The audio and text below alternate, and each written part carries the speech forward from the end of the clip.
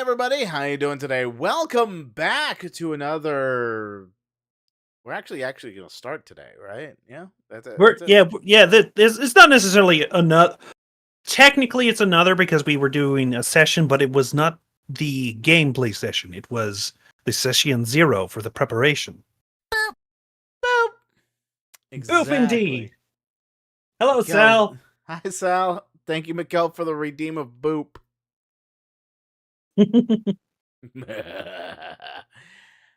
So today, we are looking to go one shot all the way through this dungeon with one person. I hear that this is a super easy module, and Yeah, beginner friendly. Even you should be fine. yeah, exactly. There should be no issues with this one. I could do it in one shot, or so I'm told by my own mind. So I mean, I mean, you could if you get horribly lucky, like absolutely perfection luck. Like the dice gods are like, I'm going to make you roll nothing but 20s. You will breeze through this like butter being melted by the heat death of the universe. Oh, sorry, that's actually cold as hell. Never mind. Gotcha. So it's just gonna be that simple. Got it. Just roll 20s and you win. Easy. Easy. Uh It's a skill issue if you don't. In fact, so because they're wanted to spice things up a bit and make things, I guess, harder and easier at the same time, we've included from Nord Games critical hit decks and critical fail. For some reason, Sean cannot see and draw from these decks, so Which it is will instead good. be sure. I instead will be rifling through these digital cards. I don't have them physically on me. They are available on Roll20 as well. Maybe I'll see him next week. Who knows? Who There knows? might be a Maybe permission needed. Oh yeah. Yeah, the players might need to see it if you want the players to draw from it. Oh my god. Ah. Hold on a second. Oh, okay, here we go. Show deck to players is a thing I should save changes. Oh, hey, look, there's a deck right there. Okay, there we go. This saves me so much time. There was a checkbox I should have hit. Here's also another deck we can draw from for no reason. Let's see. I'm gonna shuffle it and I'm gonna draw from it. I got the 10 of diamonds. Oh, really? 10 of diamonds. I got a 2 of hearts. I Wonderful. think I that don't know means what you win. So you go first. Ah! I will, since I've apparently won initiative. Hi, What's I this? play Oh yeah. games. What is this? What is this, Gate? Yeah, this is D&D 5e module, one of the first ones. It's sort of like a beginner module. I am throwing Sean into it alone. It is normally intended for at least 3 to 4 players, so this should be very amusing. Okay, so Why is it? I'm gonna get start. Huh? Why won't the click to draw drag to deal go away? Hover over it a little bit and then go back. That's what I've been doing. Reset if you need. All right, so I'm gonna get into like sort of the narration of the module itself. All right. You ready? Mm-hmm. In the city of Neverwinter, a dwarf named Gundren Rockseeker asked you to bring a wagon load of provisions to the rough-and-tumble settlement of Phandelver. A couple of days travel southeast of the city, Gundren was clearly excited and a little secretive about his reasons for the trip, saying that he and his brothers had found something big, and they'd pay you 10 whole gold pieces for escorting his supplies safely to Barthen's Provision, a trading post in Phandelver. He then set out ahead of you on horse, along with a warrior named Sildar Hallwinter, claiming he needed to arrive early to take care of business. You've spent the last few days following the high road south from Netherwinter, and you've just recently veered east along Tri-Boar Trail. You've encountered no trouble so far, but this territory can be dangerous bandits and outlaws have been known to lurk along the trail. Ah, yes. Bandits and what now? Outlaws, which, Outlaws, my people. Got it. yes, got it. Those hackers who've taken a level in Rogue, they just immediately become lawless. What is even the difference between bandits and outlaws? I'm thinking about it. Bandits actually steal things. Outlaws are work outside the laws. That So is more my of a assumption. maybe more of a general repertoire, a sort of renaissance of crime, God damn it, renaissance now I man can of look it crime. up. Yeah, probably. Outlaw versus Before bandit. continuing the adventure, take a few minutes to do the following. Encourage the players to introduce their characters to each other if they haven't done so already. All right, Well, Nace?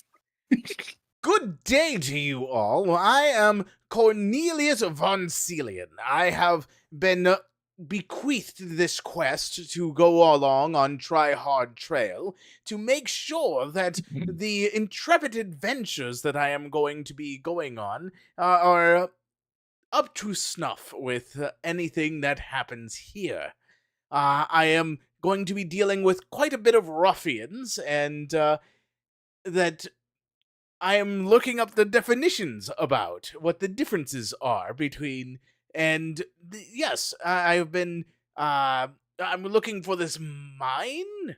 I believe. I believe that was it. I am on a quest No, to you're deliver looking for things. a quest to deliver to Barthen's Provisions in Phandelver. Barthen's positions over in Phandalin. That is Yes, where I'm taking these crate full of items. Right here. absolutely. You have been given a cart and some animals to pull that thing. Let's see, oxen. All right, these oxen are quite sturdy indeed, and I must make sure to handle them with care. Yes. Okay, well, I am handling these animals with care to make sure that they drive properly towards Phandalin and not get lost. So I can get Bogbin's provisions. This is going to be wonderful. So just to sort of establish a couple things, what is sort of your relationship to Gundren? Why did he seek you out for help delivering things to Phandalin? Good You can make up old, anything. good old Godwin. Good old Godwin. He Gundren has Rockseeker. Godrin. Yes, Godrin. I gotta remember Godrin. Godrin is quite a good acquaintance of mine. I met in a tavern one day. He looked quite distraught, if I might say, and I decided to offer my services to assist this distraught fellow. So it was a very recent thing, and there's like, oh, look, a bunny, and then he just offered you a job suddenly. I offered my services first. I They see. distrusted my capability due to my stature, but I reassured them that I myself, by my own hands, I could handle this quest, deal with these quite large and bovines to bring along the items requested without any aid from anyone else. Okay, very well. You've been on the Tribor Trail for about half a day. As you come around a bend, oh yeah, let's set you on that map actually. You spot two dead horses sprawled about 50 feet ahead of you, blocking the path. Each has several black feathered arrows sticking out of it. The woods press close to the trail here, with a steep embankment and dense thickets on either side. Oh my goodness, my gracious. Look at that. This is the voice I've gone with now for Cornelius. Would you. It must be the name. It must be. It's got to be the name. I hope there is no. It seems that there was quite a scuffle around here. As I tell Mary and Bessie to halt and whoa. As They I they they yeah. both halt and whoa. Ah, yes, good. I'm so glad they are good. They are good oxen. As I go out, I hop down and I Mhm. go to investigate further. But first, I must perceive if there might be an ambush, as there are two horses, equines over there that have been skewered with at least 6 arrows. Yes, of course. So in that particular case, I'm going to require a perception check. Yes, all right. With this perception check, no advantage, I am assuming. So let us go. Let me scroll down. Why is it scrolled so high up? I rolled a total of a 19. I should probably switch Okay. my name to Cornelius instead of Rabbit. How does he So not trip over his ears? Quite easy. I keep it behind my head at all times. You see, my feet go forward, not backwards. if he does turn around suddenly, he's in trouble. So as you Hi, sort of like down. Oh, sorry. Hi, Diamond Fox. Doing good. How are you doing? Continue, please. Sorry to interrupt. No, don't worry about it. We're talking to chat, who I may just listen to on any particular fun little thing they want you to encounter. Uh-oh. Um. So, blah, blah, blah. So as you look out with your uh, bunny eyes and listen with your humongous goddamn ears, you notice something in the bushes, something hiding, wait in wait. Uh, hold on. Let me. Hey, come on. Let me change the layer. Let me change the layer. Okay, here we go. Ah. As you notice, there are goblins in wait. You sort of see their pointy ears poking out of the bushes. I see. That is quite the trouble that there might be. They don't seem to be either outlaws or bandits, unfortunately. By the way, Look up. looking it up, Mhm. an outlaw is someone who rejects societal norms and breaks laws they don't agree with, while bandits are just an outlaw who commits crimes, often as part of a group. Oh, okay. So an outlaw can be a bandit, but a bandit can't be an outlaw. A bandit can be an outlaw, but a outlaw outlaw isn't a bandit. It's like a dog versus a beagle argument. Oh, so like more of like a subtype, really. Yeah, bandit's a subtype of outlaw. I'm learning so much today.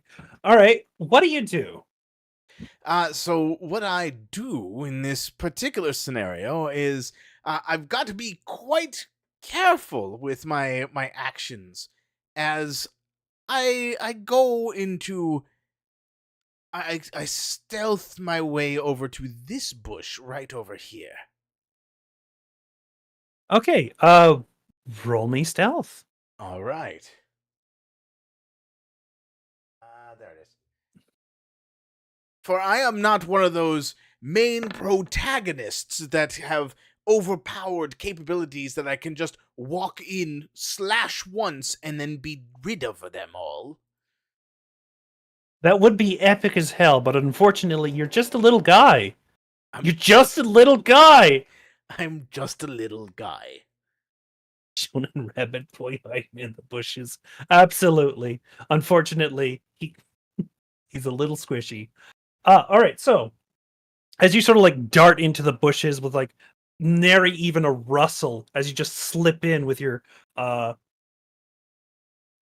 perfectly refined rogue-like stealth, there's a bit of a silence as the goblins sort of like come out confused, as they could have sworn they saw you a second ago. Where where where'd he go? Okay, what the hell? Ah, yes. Turn invisible? Ugh. Ah, okay, let's see.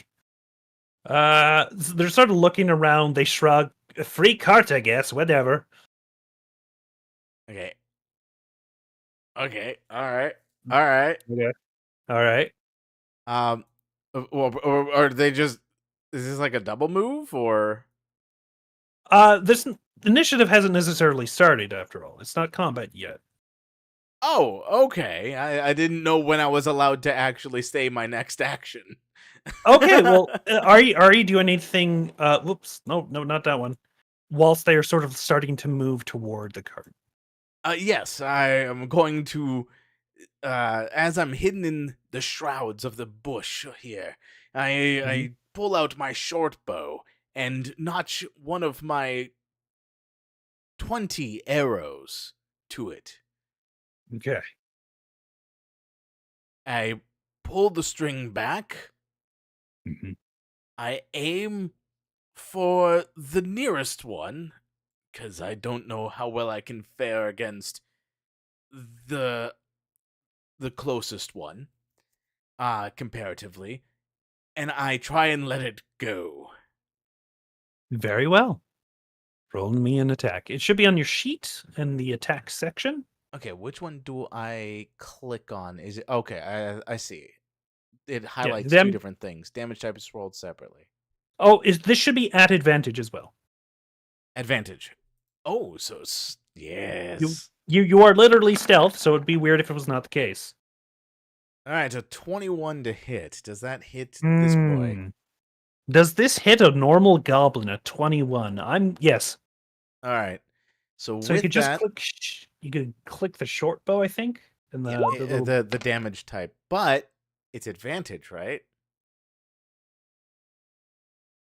What? No, you don't roll the damage twice. No, but Oh, I roll oh! my sneak attack. So 10 damage to the goblin.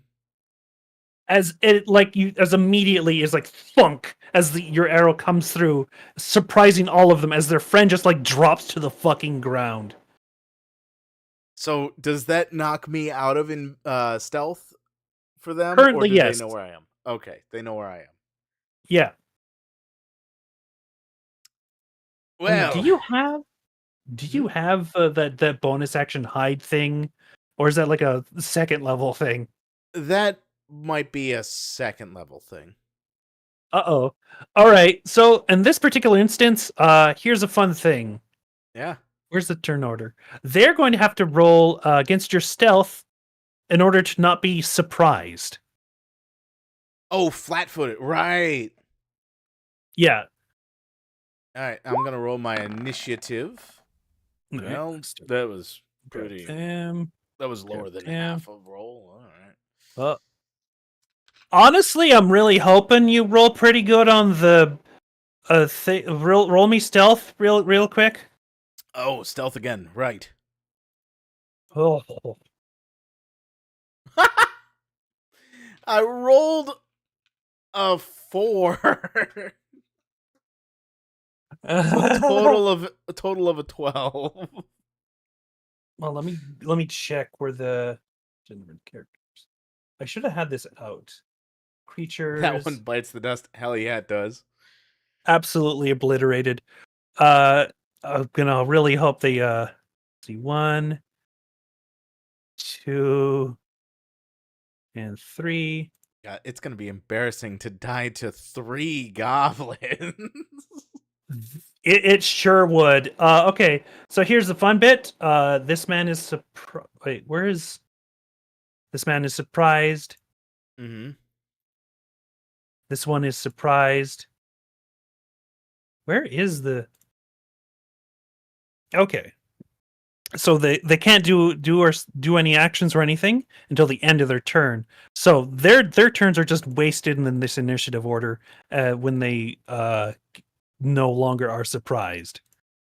However, there's one particular goblin That who wasn't surprised.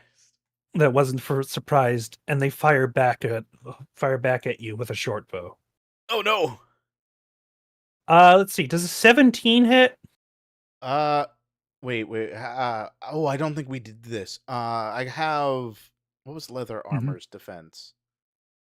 Oh, we didn't do that. Oh. Oh, what do you do? Get back here. Stop it. Let me show you. Okay. Okay, so we're gonna go leather armor. I'm gonna open that up. Equipped. Let's see modifiers. Hold on a second. Oh, never mind. Yeah, you might have to do something about that. Modify. Yeah. What was leather armor's modifier? Uh-oh. Because right now I'm at 14, but that's just base plus my dexterity. Yeah, so that would be like a +1, basically. Is it +1? Okay. Because it's 11. Oh, it's 11 So plus my. so my the, dex. yeah, Okay. so it's like your base +1, really. All right. So that means I am at a 15 to hit. Yes. This hits. Great. So, did I die? I don't know. What's your HP? 7. Okay. You immediately go down. Damn it. Failed by a not surprised goblin. As like an arrow suddenly like actually how do you die? I'm gonna let you describe how you die each time. How does this arrow kill you? How much damage did it do? Oh, that's fair. This knocks you out currently, but like who knows? Maybe you'll roll good in time whilst there's still active goblins after you. So yeah, but that's okay. So I know it did more than 7 or more. I don't 7 know how... exactly. Oh, 7 exactly. 0. You're at 0. Wasn't there? You're still standing at 0, or is that a different thing? Still standing. You know what? Yeah, we did sort of discuss a different way to do this, given like it's just you and no one's really coming to help. Well, I was wondering if there was a different rule set that I was thinking of, like a different system where you're at the cheese tax. You gotta pay the cheese tax. I'll pay the cheese tax later. All right. So the in terms of the roll or the HP, when you're at 0, you're still technically standing, but as soon as you do an action, then you fall over. What is that a different system? That is a different system. Okay, that was a different system. Then never mind. Okay, so here we go. You are currently unconscious. Goodness. Sure. Roll me a death saving throw, I guess. All right. What do I roll for? I've never think I've rolled a death saving throw on D&D 5e sheet before. Yeah, this is a good point. Yeah, it's right where it says death saves. That text itself, you click that. Here. Okay, that's a failure, I'm sure, because I think it's a failure. It auto-checked it, unless that was you. No, that was me. Anyway, cheese tax paid. As very unfortunately, they notice you there, and I get ripped to shreds.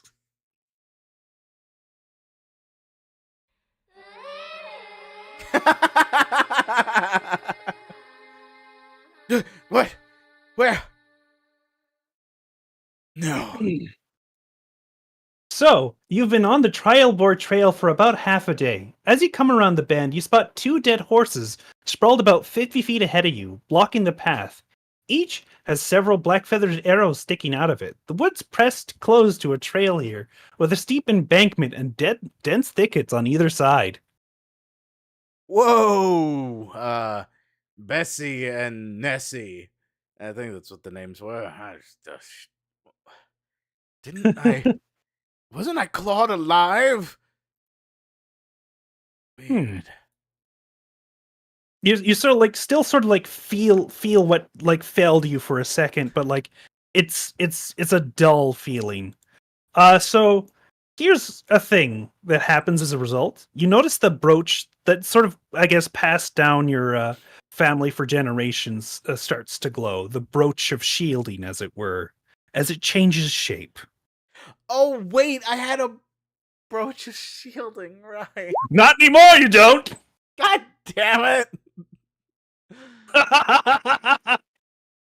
What's a wingwear? I don't know. Let's find out. Oh, it's from Princess of the Apocalypse. I'm gonna send you a link. Hold on. Hold on. Where is my brooch? There it is. All right, now it's a wing.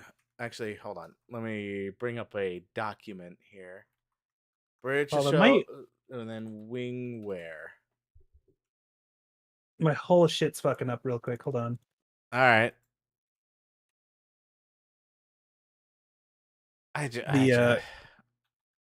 Okay. I just there we go. Fun. I can't. I died to one shot. One shot. One shot. That's one shot. Much. One kill. That's too quick. It's too goddamn quick. That's immediate. Let me see. Where is? Yeah, hold on. Google crashed on me. I gotta open it up again. This is why you don't use Google. Easy. Yeah, I've been meaning to switch browsers, but I just can't. When are you going? Why not? Why can't you? What's wrong with switching browsers? I'm scared.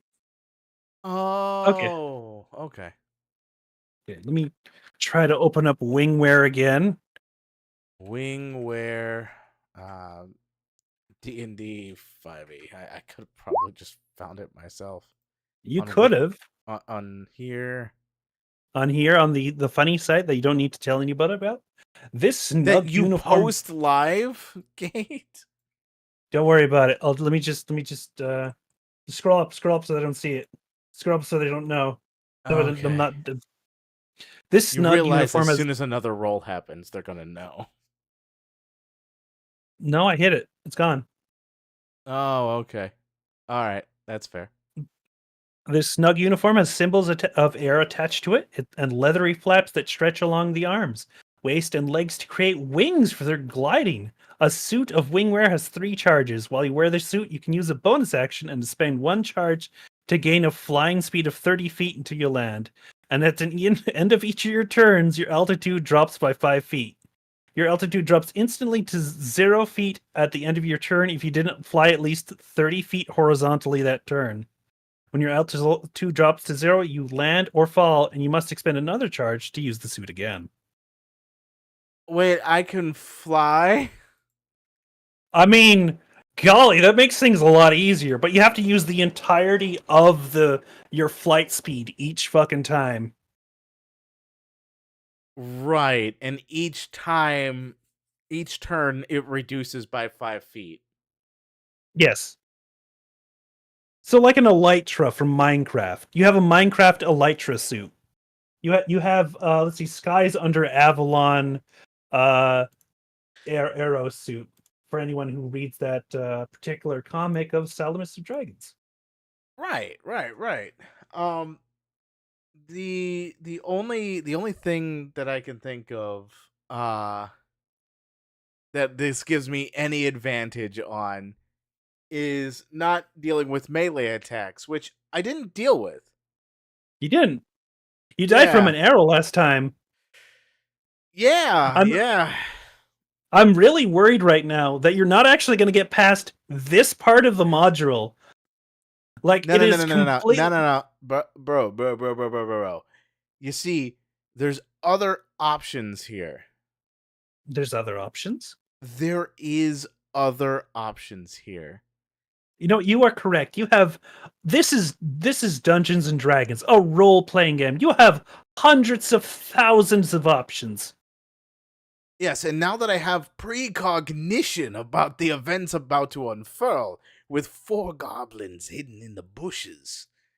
Speaking of which, you know they're there. There's no possible way they can hide from you. You've already discovered their position last loop through. Yes. So, what I am going to do is very simply, I'm going to, after I woed Nessie and Bessie once again, I am going to walk back out like I did before. However, this time, I have Mhm. taken a handful of not a handful, one of my amazing feats that I have here. It's called 1,000 ball bearings, and I spread Interesting. them into the dirt right here, trying to conceal them, if you will. Okay. What sort of how much does that cover? Well, when it comes to the bag of ball bearings, well, yeah, ball bearings, 5e. It can cover quite a significant amount of 10 feet. Yes, Ooh. yes. So a creature moving across the covered area must succeed a DC 10 dexterity saving throw or fall prone. A creature moving through the area at half speed doesn't need to make the save. Ooh. All right. Where do you put the square? I put the square right where I saw that they were walking prior. You know Right, what? right here, rectangle. Right, how do Yep. I make this? Nope, that's a Uh, uh, circle. There we go. well, like, Right there. okay. Oh, okay. Whoops. I was about to draw one. Okay, right there. Yes. Okay. You place the ball bearings, recollecting where these goblins happen to move from before, sort of like spreading them out, based on where you've seen them make their footy steps. Yes, I'm going to uncheck that weight from my backpack as I proceed to try and stealth in the bush this time. Again. Very well. Roll away. Alright, stealth. You son of a biscuit-eating monkey. I'm As you glad it's a start, skill check. that's fair. Okay, so as you go into the bushes this time, actually, I'm even gonna roll for them this time. Maybe it'll work. As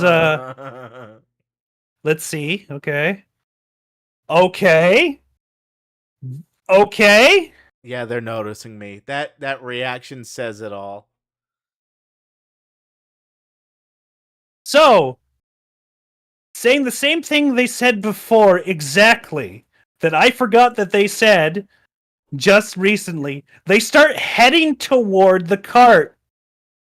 Like stating, oh, we might as well take the cart. As they start walking in, I'm gonna make them all roll a dexterity saving throw. Okay. They did not get higher than a 9. Good. Good. Not a single fucking one. Let's see. So they have to roll against a DC 10. Let's see. 1. Okay. Okay. Uh-huh. 2. That's his point. As like all of them manage to get past, except for one who trips. Wait. Falls down. Okay, so only one of them didn't pass the check? Yes, only one of them didn't pass the check. It's like, "Wah!" Oh, I As thought they you said fall none right- of them got higher than a 9. to Oh. detect you. To detect you.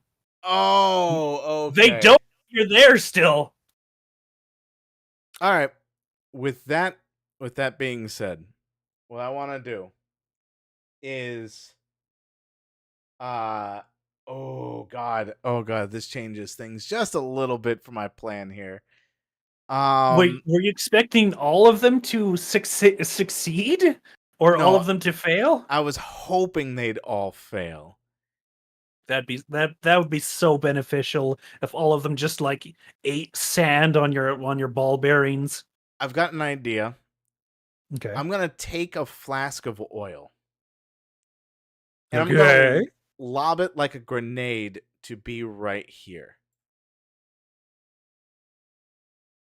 All right. So, from the bushes, you lob your oil. It sort of Right. like clatters and spreads. I imagine at the same dimensions as the ball bearings. I believe that is so. Yeah. Okay. God, I gotta go look up that one now too. What the You hell? don't know how your items work? Really? Flask of oil. I don't recall every little thing of everything. All right. Flask of oil, blah Uh, blah. Throw it up to 20 feet, shattering it on impact. Make a ranged attack check against the target creatures or objects, treating the oil as an improvised weapon. On a hit, the target is covered in oil. If the target takes any fire damage before the oil dries after a minute, the target takes an additional 5 fire damage from the burning oil. You can also pour a flask of oil on the ground to cover a 5-foot square area, provided that the surface is level. If lit, the oil burns for 2 rounds and deals 5 fire damage to any creature that enters the area and ends its turn in the area. All right, here's one of the rule. If you roll particularly well on sort of your improvised ranged, I am going to allow it to cover the same area. But otherwise, if it's a normal roll, it will cover the 5-foot square area instead. Yeah. So ranged attack, right? I'll Yes. just roll short bow as my ranged attack. Very well. I will allow this, All right. even though undoubtedly do not have proficiency in improvised weaponry. Oh, that's a good point. This would So be what do I- advantage as well. Yes. Well, what is the difference for the improv? Oh, throw? we would simply remove your proficiency bonus of 2. So you could roll your All right. short bow stats. We will just remove 2 from the results. Well, if I just do this and close that, boom, Close what? What are you doing? improv throw. Improv throw. See, +4 Oh, instead okay. of +6. I see. All right. So that is a good amount. I will say this does cover the required area as that is now ball bearings and grease all over the fucking ground. Perfect. As the goblin in there just like screaming, "Ah, what the fuck? Who was that?" As I am going to make you roll another stealth check All right, after another having stealth done check. that. Okay, that's not bad this time. Wasn't terrible. I rolled a 1 on my first one and they didn't notice me, so maybe this time. Maybe this time. He doesn't seem to notice. So let's see. What does the oil do? It just covers them in oil for right now until they're hit with fire, which I do plan to do. They will burst into flame. Oh goodness. All right, so very blatant. They're probably not going to, stick around. I will give them disadvantage on their dexterity because they are now not only covered in slippery oil, but they're in the fucking ball bearing area. All right. So they get up to their feet, they try to move, and they fall back down right in their face. As the goblins are like sort of laughing at him as they continue looting the shit out of the cart. All right. Not entirely what I was hoping for. I was expecting them to check things out, but that's fine. That's fine. Oh, that's a good point. Let me roll for that. Let me roll for concern over their fellow goblin. You don't have to. You played them fine. You think goblins would actually be concerned about other goblins? Maybe not. Yeah, I love pretty roll on that. So never mind. They're not even concerned about their fellow goblin. What do? All right. So what I do here is now that I've gotten rid of one of my flasks of oil, I am going to. Now keep that in for your inventory just in case you die again. Yeah, exactly. That's why I'm not deleting it yet. What I am going to do. Wait. Didn't I get a flint and steel? Did you not? I could have sworn I did, so I could light the torches. Oh, tinderbox. I might have. That's what it was. Tinderbox. Okay. So I'm gonna take the tinderbox and I'm gonna light it. Okay, so sort of explain the process here. Yes. So as I go through my backpack, as I grab through my backpack, I take this rough item of a tinderbox as I kind of break it up a little bit and create a spark with it, causing it to light a blaze in my hand as I, with cold eyes, toss it onto the oil, causing it to light a blaze, spreading all around the poor goblin fool that landed there. This is gonna turn out so bad for me. All right. I'm gonna say it's not that hard to get the fire to the oil. Any sort of part of that, any little flame that, any spark that sort of touches the oil, covering the ground. No, Siri, not you. I didn't even say Siri. Why is okay? As it plumes up suddenly as the goblin is absolutely enveloped, screaming as he is obliterated in flames, desperately trying to escape, but keeps fucking tripping, and he collapses. The other goblins suddenly turn to this mote of flame in the middle of the road, fucking horrified that suddenly happened, as they all jump from the cart. No, hold on, I gotta put that at the back, so grab the other tokens. It's like, what? What happened? A wizard! He tricked us! Where is he? I'm going to need you to roll me another stealth check. Okay. I am doing a little better with it. Yeah. You get the feeling the moment they discover you, uh-oh. Look, I got 1 more HP than any standard wizard, okay? Have as much HP as they do. I'm sure it's a fair fight. Well, I know they have 5 HP or less. Exactly. No, 10, because he started and ended in it. Well, He takes 5 damage for initially when he's first set ablaze, but then if he ends his turn in the blaze, because you said he tried to leave but he tripped again, that's another 5 damage right there. Yes, as you smell cooked goblin. What do you do now? As the goblins still can't figure out where the hell you are, as they're like just desperately trying to look around and find you. All right, so which was the one that used the arrow on me? That was this one last time, right? That was this one. You cooked him alive just now. Oh, right. I got rid of this one. This was revenge. This was total revenge. I got rid of the guy that actually has a distance attack. Question mark. So I am going to notch an arrow again. Mm-hmm. And I am going to strike I'm gonna strike the big looking one. Yeah, the more beefy looking goblin. Very well. Yeah. What do I advantage? Advantage, absolutely. You are still hidden. For now. Alright. For now. Not bad. I Alright, know roll me that damage. hits after the last time, yeah.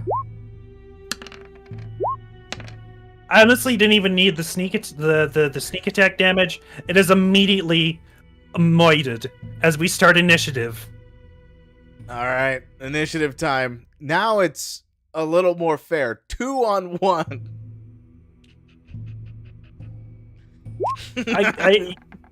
I guess so. Oh, I got a better... okay, one of them still goes before me. Great. It's just one goblin. What's the best one goblin can do? Yeah, what's one goblin gonna do? I'm going to win this. What's one goblin gonna do?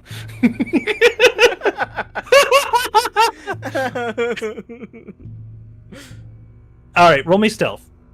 Sort of against their perception to see if they take surprise. I'm just rolling better and better on my stealth one at a time.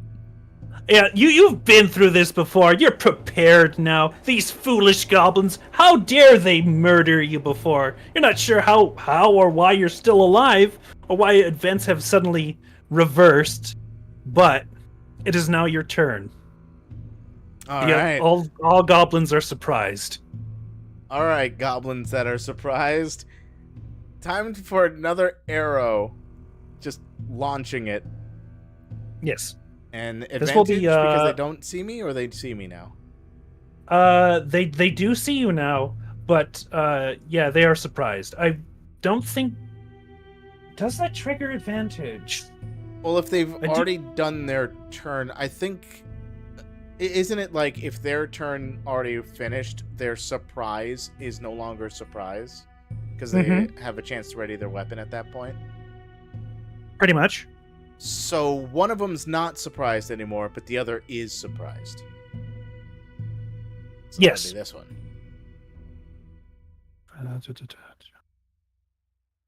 Stealthy, scored. She was probably. Oh yeah, there's no sort of advantage that happens with surprise. It's just you can't fucking do anything. Cool. Until the end of your turn, which that hits. Yeah, 20 hits.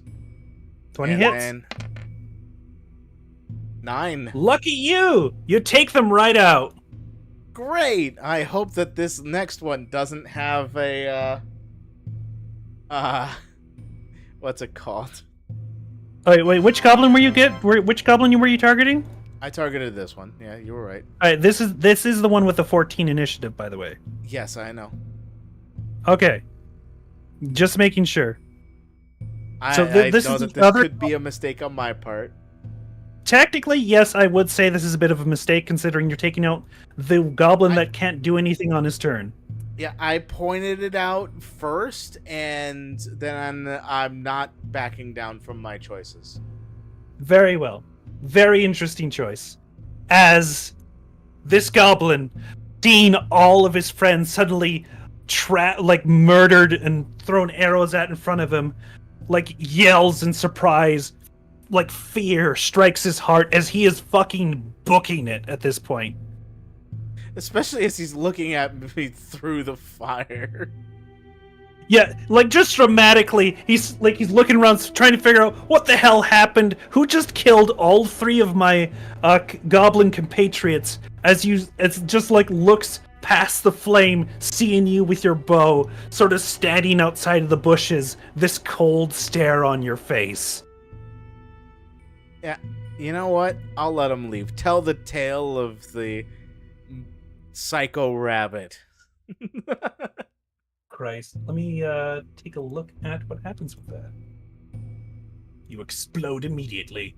God, could you imagine just suddenly I'm beamed right in the head? It's like, you shouldn't have let him go. There was actually 3 others that were going to appear after he left, and you weren't ready. All right. Yeah, this goblin is currently booking it. All right. That is combat. You've managed to survive this time, and golly, do you ever just brutally destroy them? Yeah, but I got rid of my 100 ball bearings and such. Yeah, they're gone now. Yeah, they're gone now. They're gone. The reset point has occurred. Yes, the checkpoint, as it were. Now, Tinderbox, can that be used multiple times? Absolutely. My God, it's the Tinder box. Okay, just making sure. So I still got the Tinderbox. Yes. All right. Well, that was quite the scuffle from these rapscallions. As the fire dies down, because it only lasts for 2 turns. Pretty much. This is quite disconcerting. I am going to check on all the items if anything's been moved or what have you. So you notice like they were started to take off all the items. They're sort of like lined against the floor. The crate has been opened. All right, well, I'm putting the crate back to being closed. They gotta make it unopened once more. And from there, I'm going to loot the bodies, if you will. That's a fair thing to do. Let's see. Ba ba ba.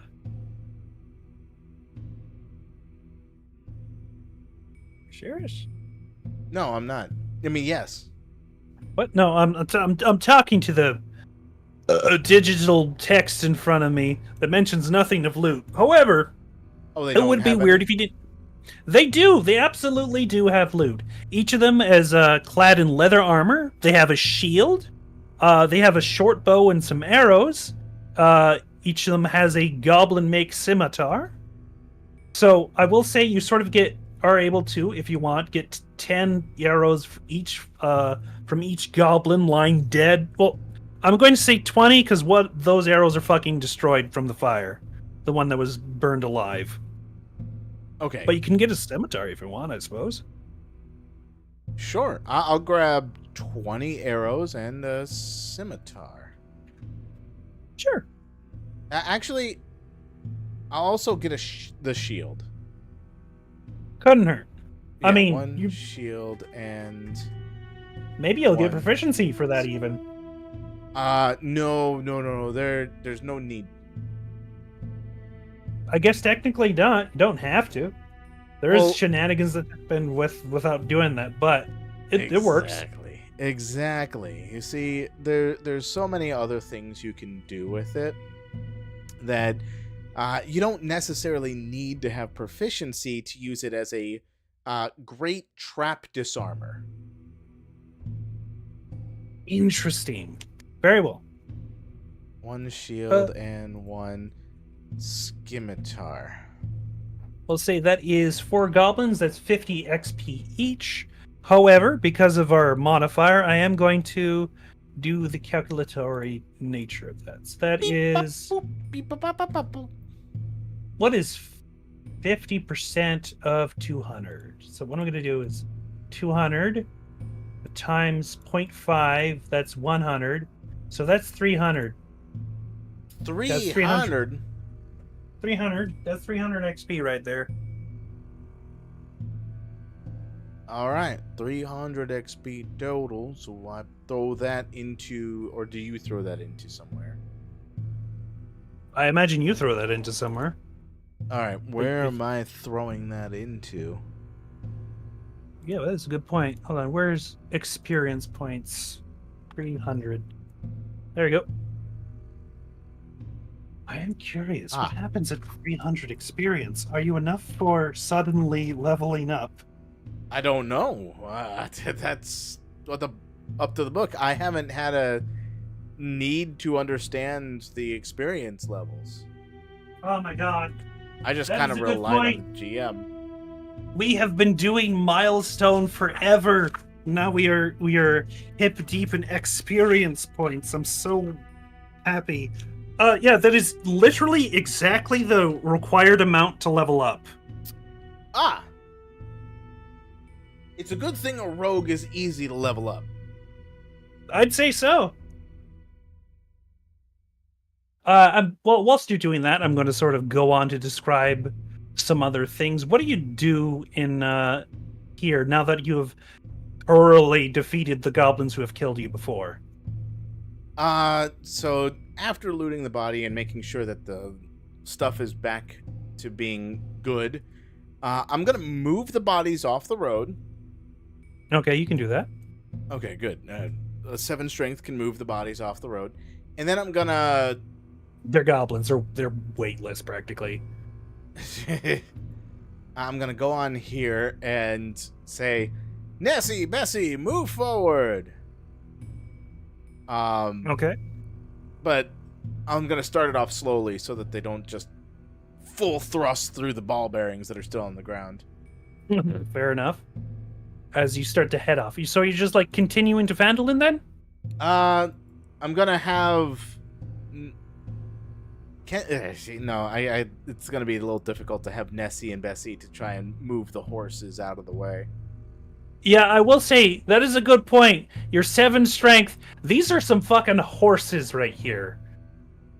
All right, you know what? I'm gonna take Nessie, and I'm going to tie a rope around their harness because I got a 50-foot rope, and then I'm gonna hop down. I'm gonna tie it around the horse.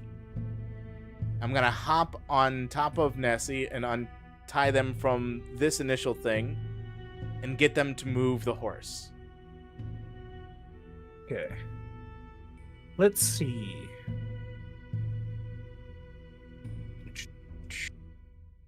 Now I have cunning action. All right, so let's see. Whilst you're getting sort of closer to the horses, sort of tying them up to move them, you notice something about these horses. They're a little familiar. Familiar? You've seen these horses being ridden by Gundren Rockseeker and Sildar Hallwinter before they left off ahead of you. They look like they've been dead for about half a day. The horses, not the... You wouldn't be able to see the other two. They're not there. No! Rockseeker's been dead! Look, Rockseeker! His horse Rockseeker! Oh no. What? So the guy that hired me went off ahead of me. Yes. Got attacked by goblins. Yes. Horses died, but they managed to skedaddle. As far as you can tell, this is the dead horses of Gundren Rockseeker and Sildar Hallwinter. You have no idea the status of Gundren or Sildar. Okay. Is there any clues as to if there was tracks from them for them to have left or not?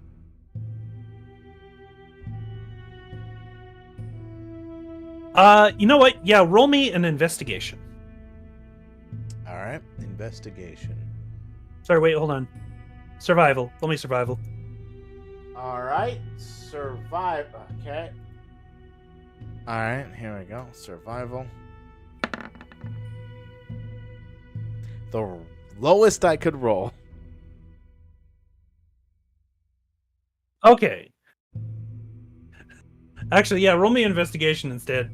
It doesn't make sense that should be survival. Okay. Now just keep rolling dice. I like it. I like the clicky clack. It makes my brain cammies happy. How about a 19? Does a 19 do anything? That will do wonderfully.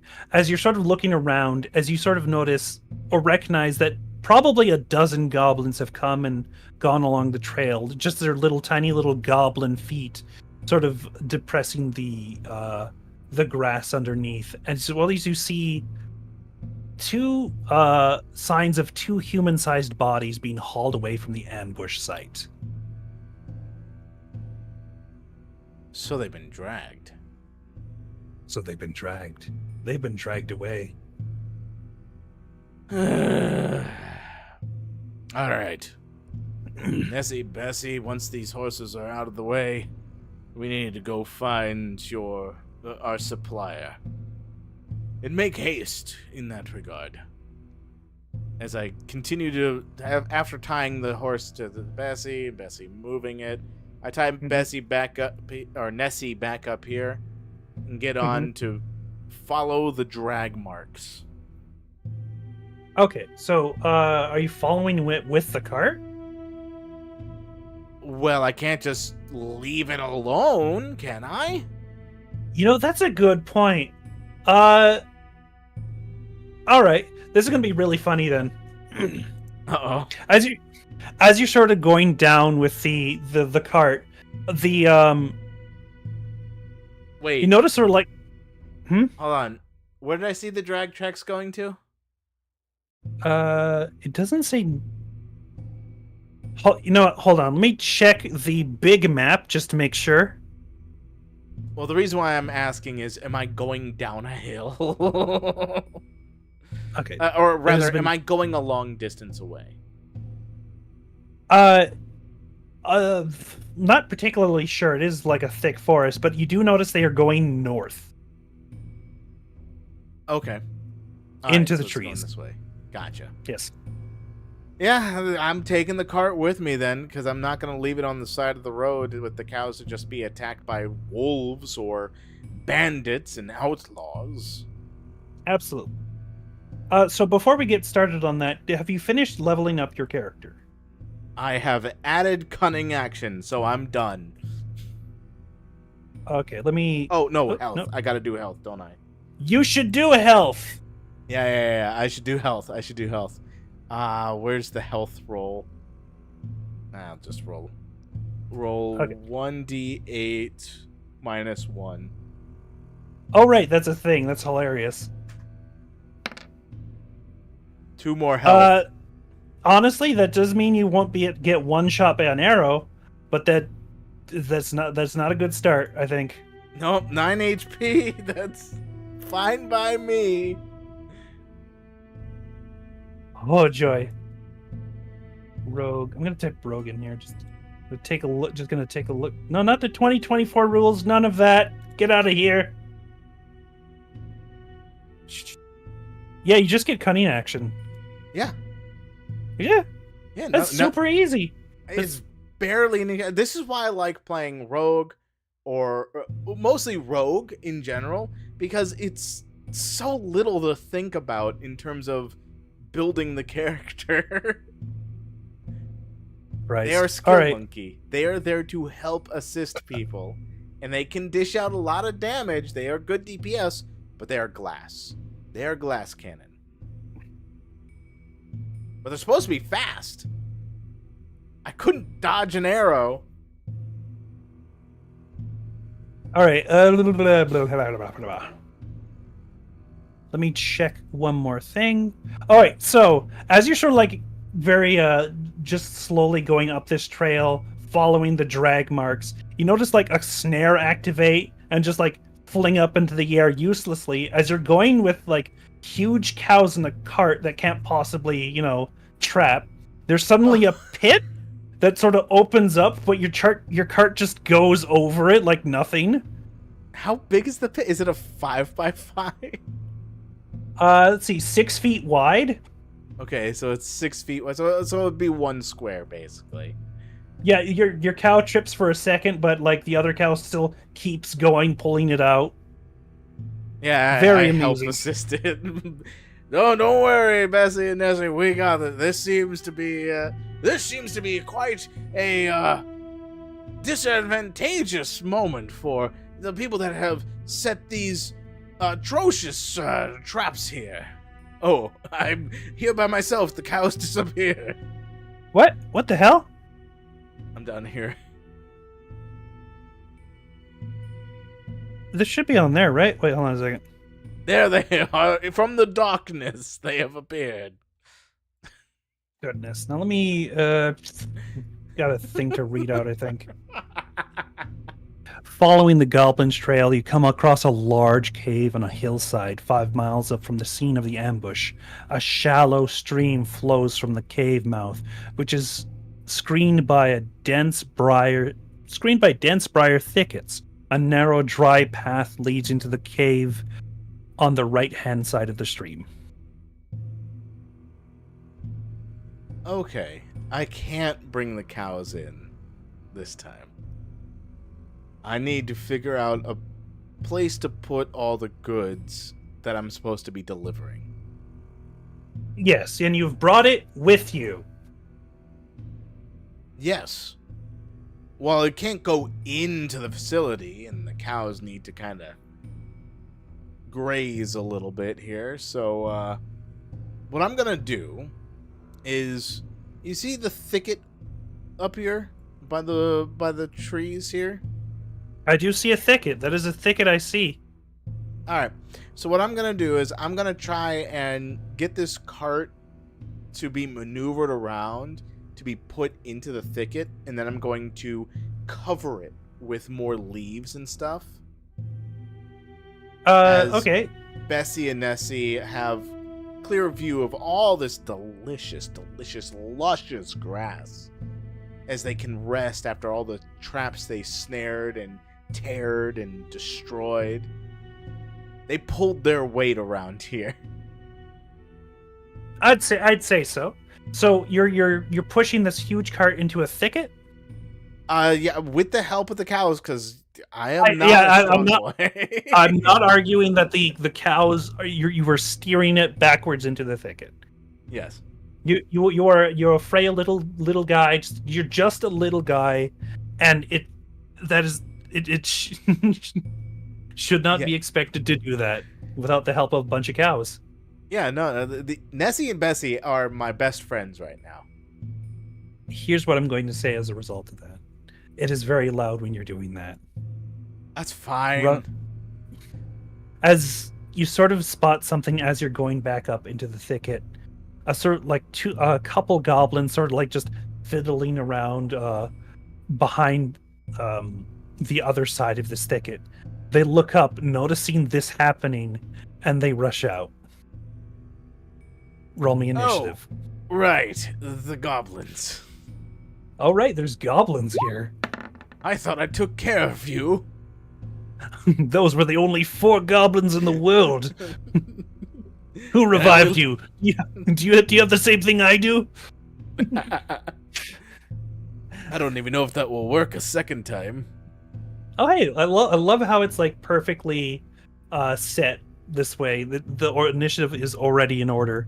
As I'm going to I'm going to do let's see, what battle theme to do. Sure, why not? Let's give you this. God damn.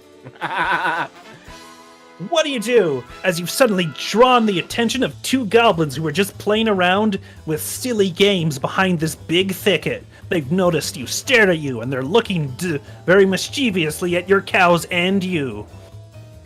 Well, we can't have that now, can we? So I've got a devious little plan here, as I do have a few weapons at my own disposal, if you will. I'm going to take one of... how far away are they? I mean, you could use the ruler and find out. Oh, that's what I'm looking for. Get it, go get it. Alright, they're 30 feet away. So I am going to hop down to here and be like, you rapscallions over there are very mischievous deceivers, as I mischievously looking at my bovine friends. I don't want you to think ludicrous thoughts about them, so I must take you out before you be a hindrance to me. As I throw a dagger at one of Like them. as you're throwing the dagger, he's just like, "What the fuck is he saying? Is this common?" Oh no, this is clearly elf speech. My God.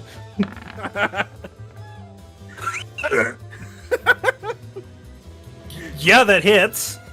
All right, this one is right in front of me, 20 feet away. Absolutely. Bare minimum.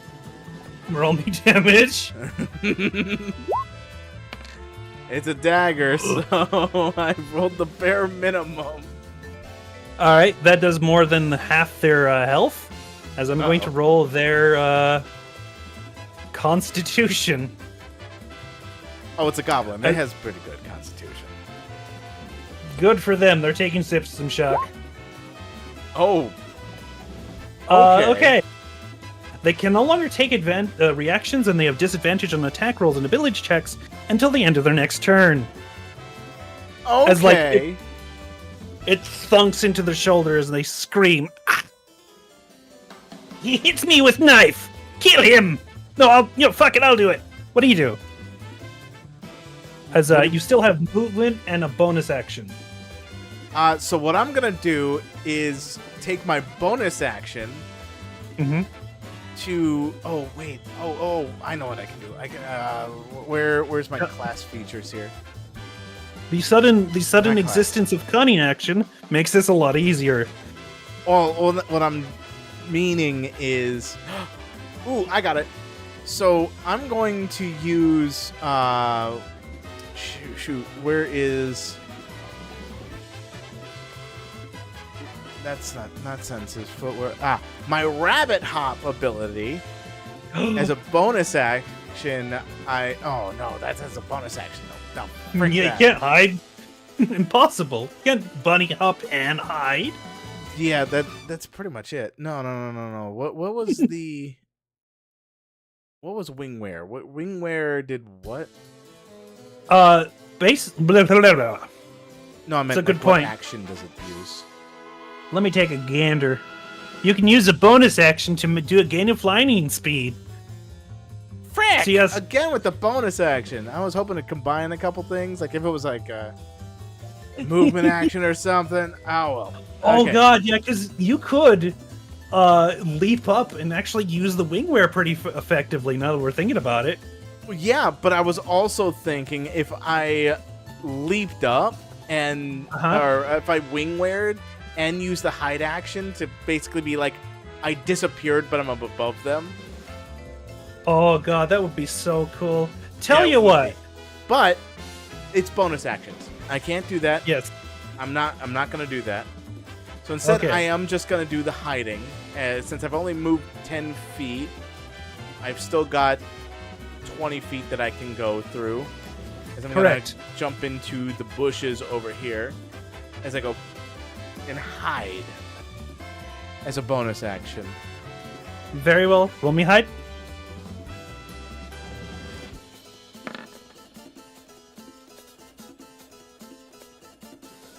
Interesting. Uh-oh. I don't like interesting. Oh no. Okay, so the one you threw a dagger at is like a little bit distracted as far as like.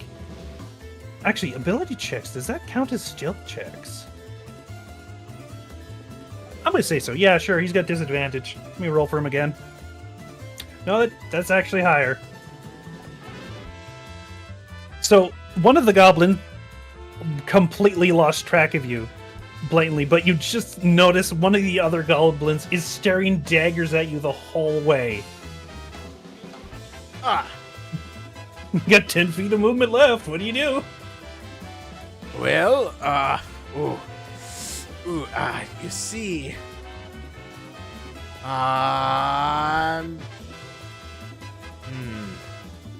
going further into the bushes.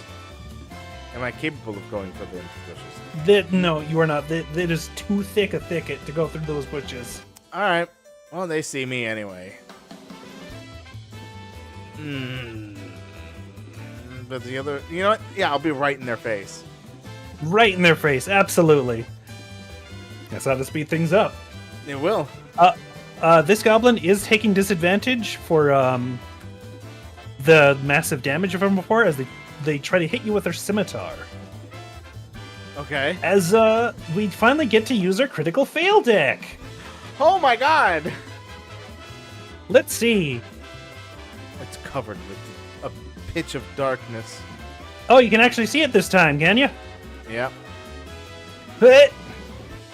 All enemies attack you before your next turn add 1d6 to your attack roll. Fascinating. Wait, what? So I've got to roll a d6 to attack for my next. No, attack? you get additional damage for hitting them. Oh, interesting. Okay. Next goblin. Looks like your luck's changing after that last death. Yeah. Basically. Perhaps I'm speaking too soon. You had to They- jinx me. No, I actually missed. 9 and a 10. Neither really high enough to actually get through that AC of yours. Cornelius von Celeon, you are up next. All right. Time to rapier. Rapier on this guy that has the dagger. Yes.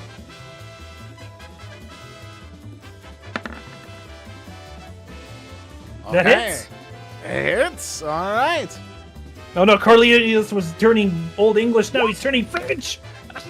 Take this, rapscallion. They are out. So I stab them, but because of the size of the rapier and my own body, I kind of turn around like it's on a pole as I swing and point at the other guy. Oh. Aha! Ah. One down, one to go. One to go. You're the one to go. I still got Nessie and Bessie on my side. He just looks dramatically at the two cows who are staring at them back. Daggers. He's slightly shaken, but his determination's still there. The cows are just staring at him blankly, just going, "Oh." Menacingly eating grass in front of him. Nah. Goodness. Let's see, summer attack. Yeah, I think a 20 will hit. Not a natural 20, don't worry. Good, thank God. So is it more than 9 points of damage? That'll be a bajillion points of super giga ultra damage. No, that is roughly 5 damage. 5 slashing damage against you. All right. 5 is not bad. I'm down to 4 HP. I'm still standing. Ah! Yeah. Let's see. As interesting. It is your turn again, Cornelius. Okay, all right. Let us go. As I take my rapier this time, and I jump in and pokety-poke at this man. The epic battle between the small bunny and this goblin. Uh-oh.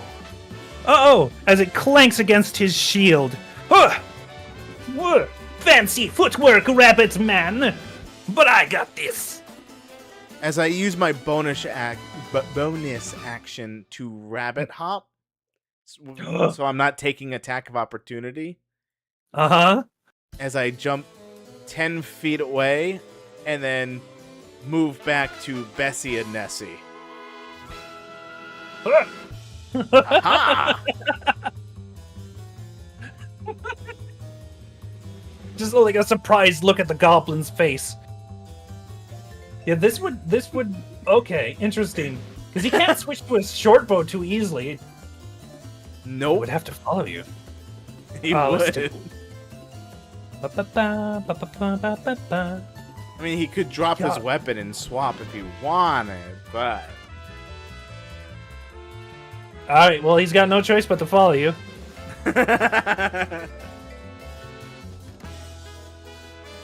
Bessie, Nessie, now! Okay, tell you what, roll me animal handling that's fucking hilarious. Oh god, I forgot that this was actually a thing. No! Oh god! As they rush out suddenly from the bushes, running over this goblin. Alright, whoever wanted you. Good job, Bessie and Nessie. They're just drinking from the stream now.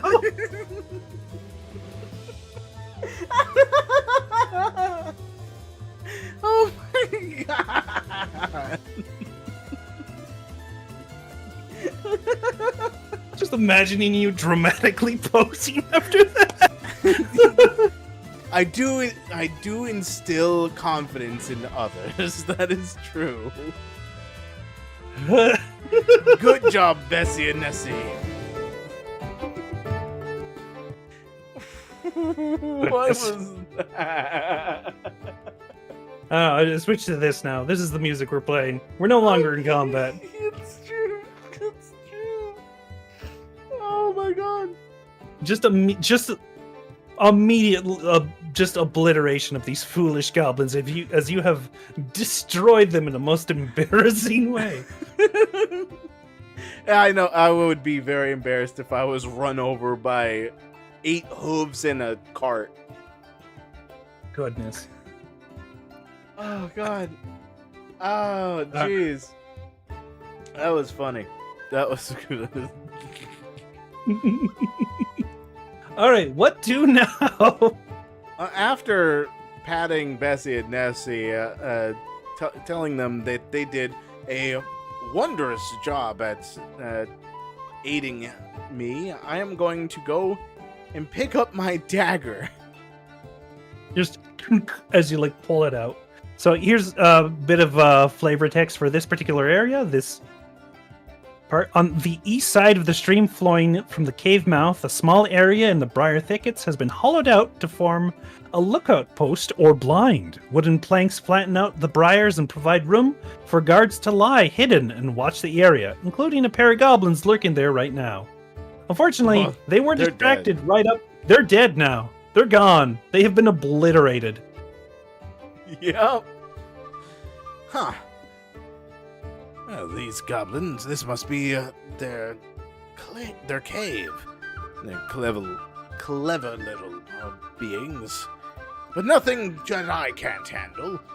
I, Cornelius von Celian, son of Baron von Celian.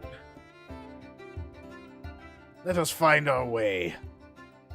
Is there anything of note beyond just wooden planks around here? Let's see. Not particularly, just some normal goblin garbage. Normal goblin garbage it is. Not worth my time. Absolutely. Not the kind of thing they'd place right there. You know, in the blind, the entrance to the cave. Mm-hmm. Now, I currently have 38 arrows, so I am doing pretty well for arrows. I'm Yeah, not I going don't to imagine loot you. for that. Yeah, I don't imagine you need any more from them.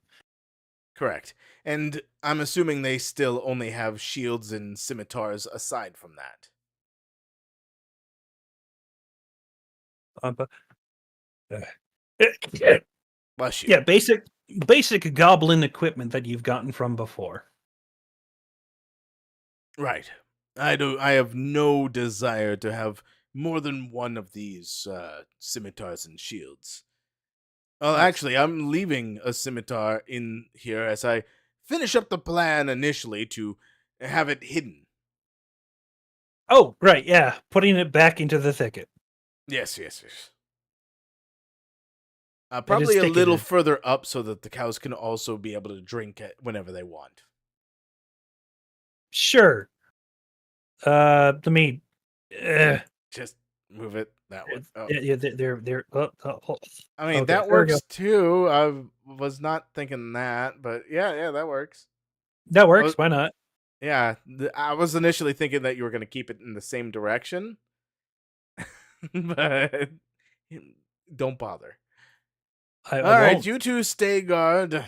Make sure that the goods don't go into the wrong hands while I go and find your previous owners. Goodness. As I sneak in here, now that I know that there's lots of traps that Bessie and Nessie can't aid me with this time. No, unfortunately, your two loyal cows that Gundren Rockseeker has lent to you are unable to aid you in this particular avenue. Hold on a second. I'm going to make sure a certain mechanic is activated here. Uh-oh. Oh yeah. Uh-oh. Oh yeah. Oh yeah, lines block movement. That's important. So you can't just like Block movement. Okay. because there's like okay, try to move through the walls real quick. Yeah, I can. Uh-oh. Are you stuck? Well, let me get you out of. Yeah, I think I was on a line when you reactivated that. Uh-oh. Yeah, okay. Yeah, I cannot go through lines. Yes. Yes. So I Yeah, am going to. just pull your character through. Look at all of the stuff inside without actually dropping it down. I see how it is. What are you talking about? I didn't see Nice, nice. anything. Uh-huh. Of course you didn't. I didn't. I legitimately didn't see anything. I was moving Okay. it around to see if I could go through the walls or not. Okay, good. All right. All Let's right, see. so I am going to, as I was saying before, because of traps and stuff, sneakily sneak my way through here. All right. Not So in it the is. water, but this little pathway. Yes. So you're sort of noticing now it is becoming a little hard to see from this point on. The main passage from the cave mouth climbs steeply upward, the stream plunging and splashing down its west side. In the shadows, a side passage leads west across the other side of the stream. Right. This also would mean that I can only see, like, what, 10 feet ahead of me in darkness? I would argue probably nothing at a certain point in time. As you could sort of notice, it starts getting darker. Well, yeah. I am curious how do they handle the lighting for that? Oh yeah, they put like lights here. That's cute. Yeah, I was about to say, if you just give me a certain vision range, because What? I Can't see thought anything for in the dark. What are you sure, talking? if play 5e There's player nothing to node see. dark vision, how far can they see? Because I thought for sure the rule said that you could see up to 10 feet. No. Oh, well, if anything, this is sort of like treated like the the Nothing. spell Okay. dark. Yeah, the spell darkness. Darkness happens. You can't see 10 feet within darkness. All right. Well, 5 feet. Basically around me, like I a will five give foot you at least square, personal, a a little zero. a little orb, so like you're not completely like Now, can't navigate your character around or something. the Let me walls find are it. there. I can navigate fine, but just give my you can put my vision at like Okay, how's that? 0. I think it is, I'll put it at one. Just for or 1. just as a treat, as a good DM I am on these VTT, I will give you a single foot of vision as a Sure. treat. Oh, at the very least, you'll notice right here you can see a lot. This is because all the light, pouring into the cave mouth. Right. You got like an outside light source coming in from out here, right? Yes, Okay. that's what's going on right now. That's why you look at if you're looking up, you'll notice it starts getting a little darker. Yes. It becomes a Yes. little hard to see. A wheel high for the little guy. So as you look to the right, just inside the cave mouth, a few uneven stone steps lead up to a small, dank chamber on the east side of the passage. The cave narrows to a steep fissure at the far end and is filled with the stench of animals. Savage snarls and the sound of rattling chains greet your ears, where 3 wolves are chained up just inside the opening. Each wolf's chain leads to an iron rod driven into the base of the stalagmite. Huh. Uh, you know what? If it's just wolves, Just wolves. just wolves. They're all chained up even. They can't do anything. I'm gonna actually light a fire. I'm gonna turn on one of my torches. You gonna turn on one of your torches? One of my torches, yeah. With your torches. I think if It is quite dark around here. I might as well fiddle with my stick of fire. okay. That's one way to go with it. Fiddle with your stick of fire. Yes, quite. Right, what Okay. did you think I was going to say? My torch? It's too blasé. Okay, hold on. There you go. All right. I wonder if that Huh. changed anything. Oh yeah, it did. Good. Yeah, it did. It did change things. It did change. So we got some little bumpers down here. You got some cute puppers. They look like, scraggly little wolves, but that just adds to their charm. They're adorable little puppers who deserve all of the hugs and the snuggles. But honestly, you probably shouldn't. These are goblin trained wolves and might bite you. Or might not. Goblin trained, you say? So that means that I just feed them some rations, right? They must be starving chained up like that. Oh, goodness. Oh, as you light the torch, I got a little new blurb to give you. Okay. In the shadows of the ceiling up to the north, you can just make out the dim shape of a rickety bridge of wood and rope crossing over the passage ahead of you. Another passage intersects this one, 20 feet above the floor. Huh. And you see... Here you go, 5. Can I try animal handling with food on the wolves? You can absolutely do that. You can absolutely do that. If you want to do that, you can absolutely do that. The poor starving puppies. Look at these puppers. They want snack. I must give them snack. So I'm going to take some of my rations that obviously would have some dried jerky or whatever. Yes. And They'd love that.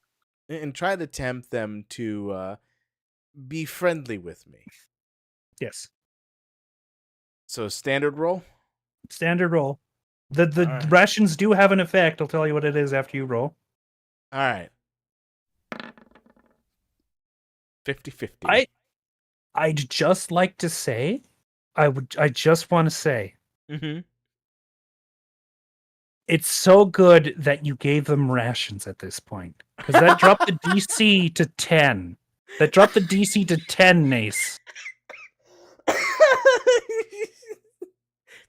I knew a little bit of beef jerky would go quite the long way with you.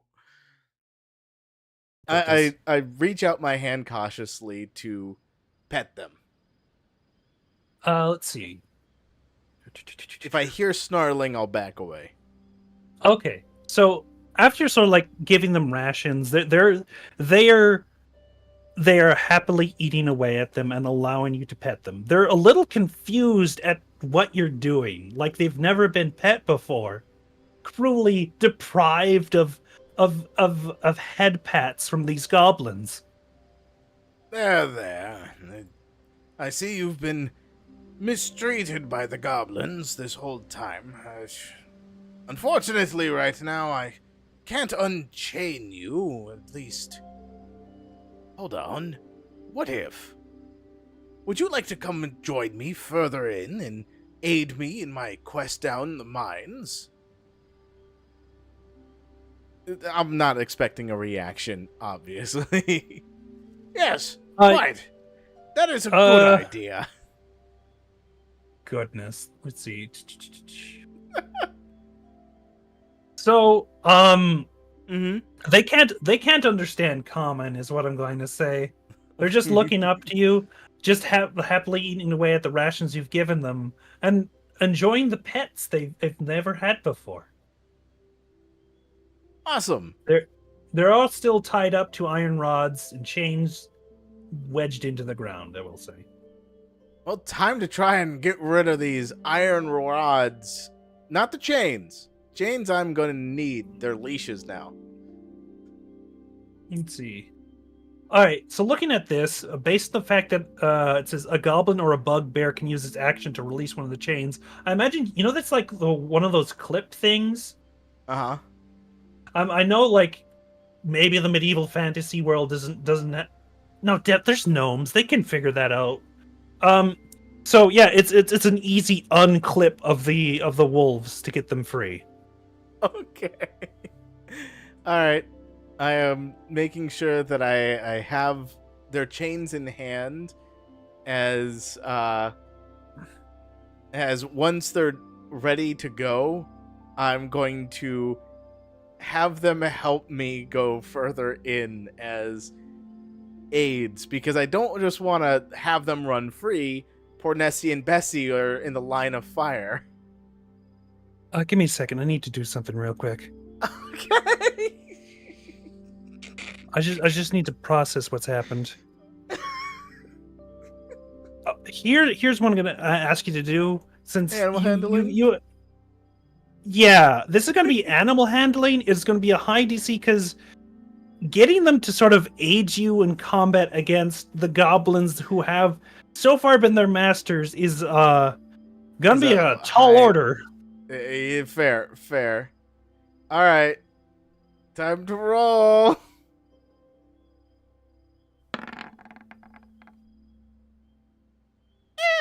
I'm not so sure. No, not really. Not Yeah. quite enough. No, they're All they're just happily eating away. They're free now, and after a while, I guess like they do sort of wander off at this point. Okay, Now that- my fear has not been realized, and I'm glad. Yeah, they've been fed. What do they need to eat the cows for? That's crazy. Yeah, that's a good point. That's a good point. Well, I'm still on my own, but good for them for finding the way back to their pack. Well, on our way, tally ho, and all that. What? I don't know why I said that. So I'm making my way down up the stream. All right, hold it. Let's see. Hi, Arif. How you doing? Sorry for nah, what? you're good. You're good. Don't worry about it. Glad to have you here. Yeah. Let's see. The stream passage continues up beyond another set of uneven steps, bending eastwards as it goes. A waterfall sounds from a larger cavern somewhere ahead of you. A rickety bridge spans the passage, connecting two tunnels that are 20 feet above the stream, and you notice something. Is there a goblin? There's a goblin. As he looks down, due to the torch, as he is about to say something. What do you do? I put out the torch.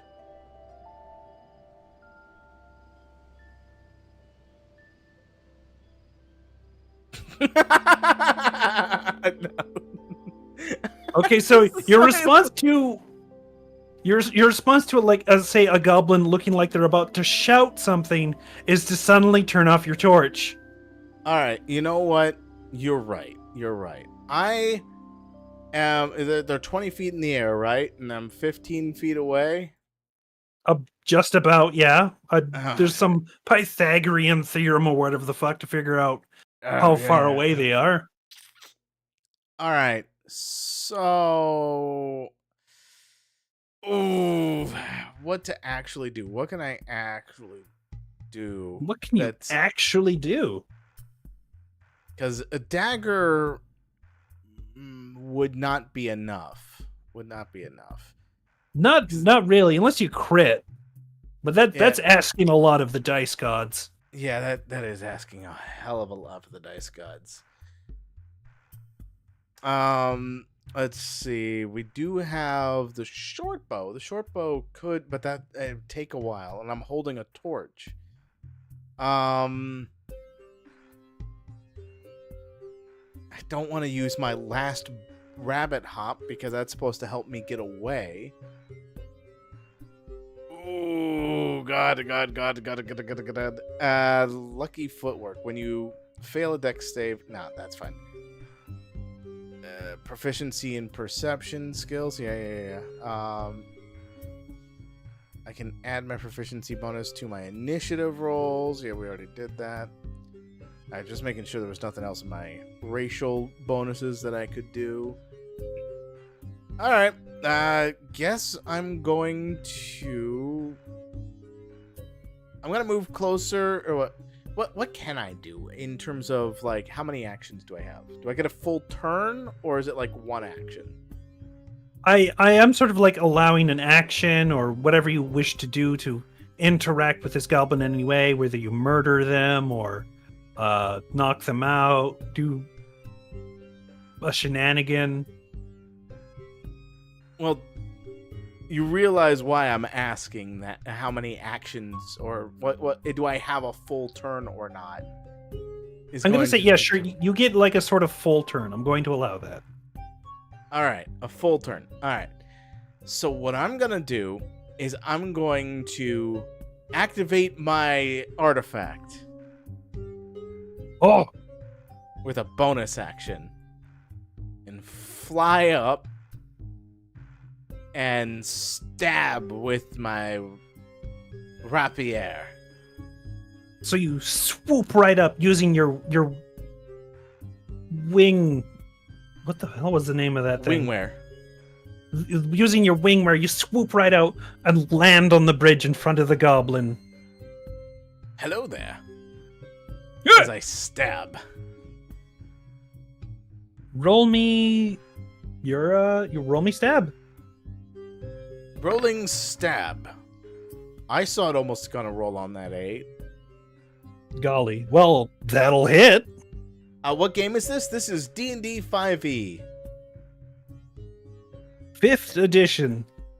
We're playing a tabletop role-playing game, like a board game. They are immediately killed. They are destroyed. They fall down off the bridge and land. As I land on the bridge and deactivate my vest. I will say there is passages to the, as you can see, like the each side of the bridge. I'm not sure if you Look can like a get nap. through those though. I get through what, these? Yeah, you can go through those. Can you? No. Hold on. I'll pull if Like got a line on me. There we go. Okay, here. Okay, you could go that way or you could go this way. I'm gonna go closer to where I am. All right, sounds good. Yeah, that's good. That's good. I'm debating. Now, my torch seems to be quite an attention seeker. I should put it out. For now. So I'm gonna actually, you know what? I'm gonna leave the torch Okay. on the ground right here. Very well. And then gonna head back. Yeah, and then I'm gonna head back with no torch. Give me a second to adjust that. Sorry for making you adjust it a lot. That's fine. As things become a little harder to see. Yes, good. But it makes it harder for them to see me. For goblins with yeah, oh yeah, definitely.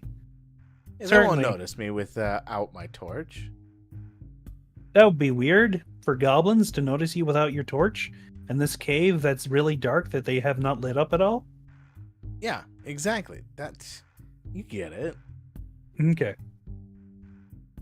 So I walk to about here and I listen. As I Okay. lean against the wall. What can my big ears hear? That's a good point. Give me a second. I'm going to check with my thing. Oh, goodness. Speak of... I mean, should I roll perception? They're really close. You hear them really close. Okay, alright.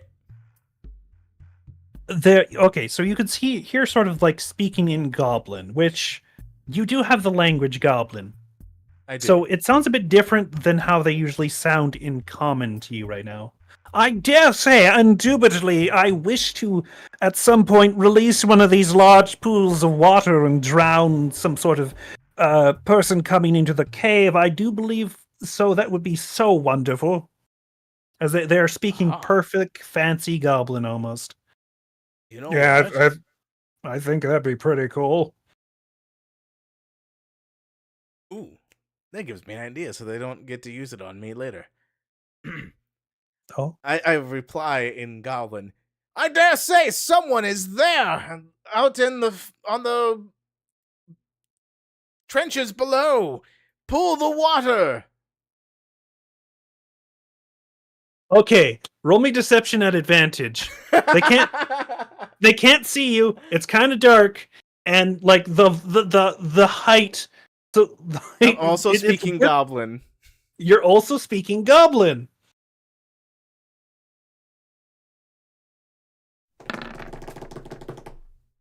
No, I got What? Someone's there! Quickly, release the pool! As you sort of hear a large splash of water, it just goes around in a large wave just around you. Yes, good. Exactly like that. I thought the Children of the Shatters did that.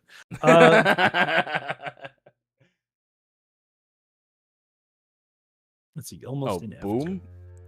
Yeah, I think it's exclamation redeem boom. Yes. Good call. We'll have to have someone go out and loot that fool who's come into our cave. Is this game hard or difficult? Yes. It can be. We've made it absurdly hard by having a single person be playing it when it's meant to be played for 3 to 4 people. Yes. So, Nace's character, Cornelius von Celion, this little bunny boy, is doing their very darndest not to get caught in a upfront fight, or they are going to get obliterated by a whole bunch of goblins. Yes.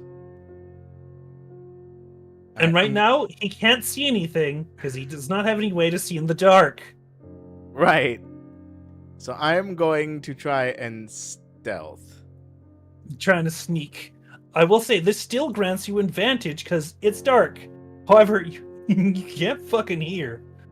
I mean, you can't fucking see. You can hear just fine. I was about to say, man, but these big ears can't hear anything. Not a damn thing. Alright, so I see someone right here. You see someone, you're very close. You're so close. So, it is time to stabbity stab stab. Interesting. Alright, sure. They can't see me, right? Well, they can. They have dark vision. They're goblins. But you can stealth still in the dark. Because this technically counts as enough lack of light to hide. Oh, I thought they were distracted with making sure that the water goes boom. Not particularly. You do see one of them walking. I will say one of them walking down to check. Well, actually, you don't see it all. You do see the pitter patter of feet. Yes, the pitter patter of foots. Foots. Choo so choo. do you stealth? Do you I'm stealth? Stealthing. I'm stealthing. I'm staying Please. Stealthy. Okay. I legitimately don't know what's happening. No, yeah, that's kind of what happens with that when you can't. You're going no torch only, nor dark vision, just yourself through a dark goblin infested cave. Yep. All right, as far as you can tell, they haven't detected you. All right. You're just trying to be as sneaky as possible in this cave. So I move another 5 feet very slowly. Okay. And again, very slowly. Yes. I am not getting a whole lot of edges. Yeah, you can feel hear the presence of another goblin over there. They're sort of making goblin noises as they pick their nose, but you're very stealthy. You're almost crawling on your hands and feet as you're just inching by inching, trying to evade their perception whilst you were there. I am so small. Just curl You're so up. small. As you're following this trail of water. Yeah. Trail of water? Yeah, that appears to be the second pool, as you can hear. Gotcha. I'm just basically watching you rub against each individual wall. Yep. Okay. As zooming out, you see a light in the distance. Okay. Well, that's not good. Is that a bugbear? You see a bugbear. And as I'm going to read out, let's see. Sacks and crates of looted provisions are piled up in the south end of this large cave. To the west, the floor slopes up to a narrow opening that descends into darkness. A larger opening leads north to a set of natural stone steps, where you are right now, a roar of falling water and echoing from behind. In the middle of the cavern, the coals of a large fire smolder. As you see, two goblins and a bugbear and a... Well, you don't see the other one yet. Right. Well, you see... Oh, that's a staircase. That's a staircase. That's some stairs right there. That is some stairs right there. I gotta make sure not to trigger any traps or any of these guys. But if I enter that light that's at all, I'll be screwed. But at the same time, that other area... Look, you're the one you put yourself in this position. Yes, I am. I am not denying that. You've gone spelunking and gotten a little stuck. You know what? I've got an idea. Listening. So, I very, very carefully take the bell out of my packet. I'm making sure that it doesn't make noise. So just gently taking the bell out. I'm gently taking the bell out. And then I hoist it back with my thumb currently on the ringer. And I lean it back. I lean back, getting ready to double hand throw the bell. As Interesting. I chuck it in that direction. Interesting. All right, sure. Hoping to distract them enough to go after the sound of the bell. All right, sure. I'm not going to say there's going to be a roll of any kind, because you can't see any. Did I just ram into a wall right here? I wouldn't say that. No. I'm just sort of thinking. This shouldn't be a roll. Shouldn't be a roll at all. So as you toss the bell into the darkness, hoping to distract these goblins that are around the fire, but it clatters against the stone over there as you sort of hear the noises of the goblins where you threw the bell at, as they sort of come to investigate. What was that? What is this bell? As Clark, sorry, the bugbear over there suddenly loudly announces, "Clark heard bell! What was that? Go check out!" Okay. As another goblin starts going over there. I am crouched. I am curled up into a little ear ball. There's just this fuzzy little orb at the side of the stairs as a goblin passes by you. You hear the discussions of various things as you hear a little bit of a ringing as the bell is picked up, and you hear a loud announcement. "Ah! Stop ringing bell! Clark no like it! Clark will crush spellhaver!"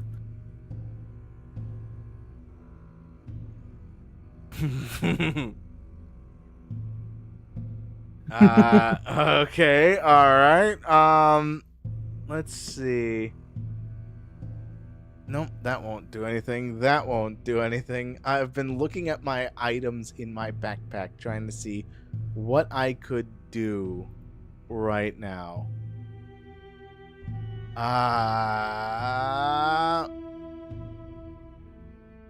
many actions of wingwear do I have? Was it I could be done once? You got 2 left. You got 2 left. 2 left. Alright. I'm gonna activate wingwear again. Uh-huh. And I'm gonna fly up to the ceiling. Ooh! Okay. as you sort of like cling to the ceiling. Yeah, as I cling to the ceiling, just kind of moving the full 30 feet, trying to get past these guys. I'm really Very well. hoping Roll that me- I'm not reaching a dead end. Roll me a stealth. All right. Stealth. Stealth. Uh-oh. Uh-oh. So as there's a bit of a whoosh sound as you sort of like going by just above head this bugbear and this goblin. As Clark looks up, Uh-oh.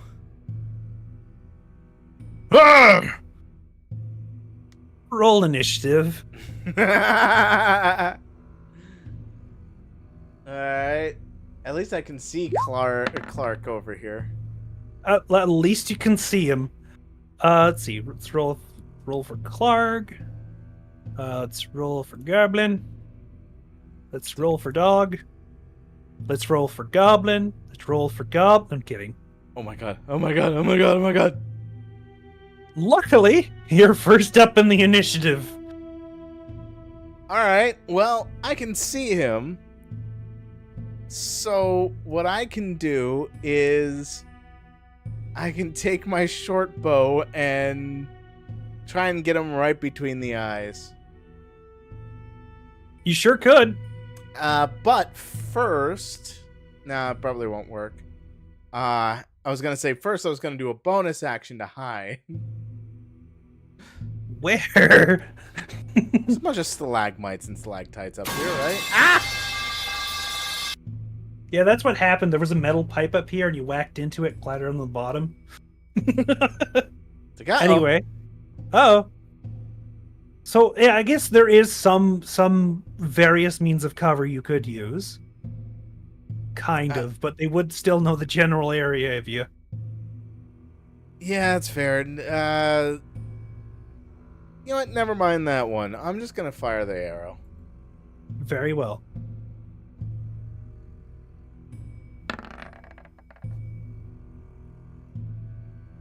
Let's see. I don't know. That's kind of iffy.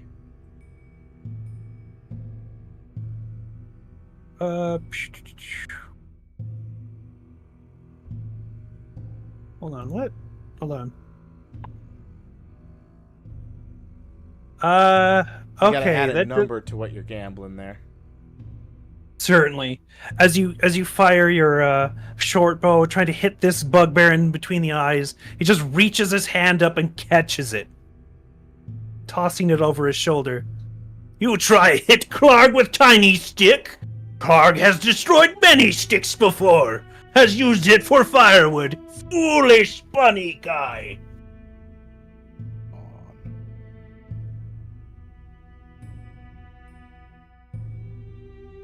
Sorry. I'm trying to figure out Let's see what I did wrong here.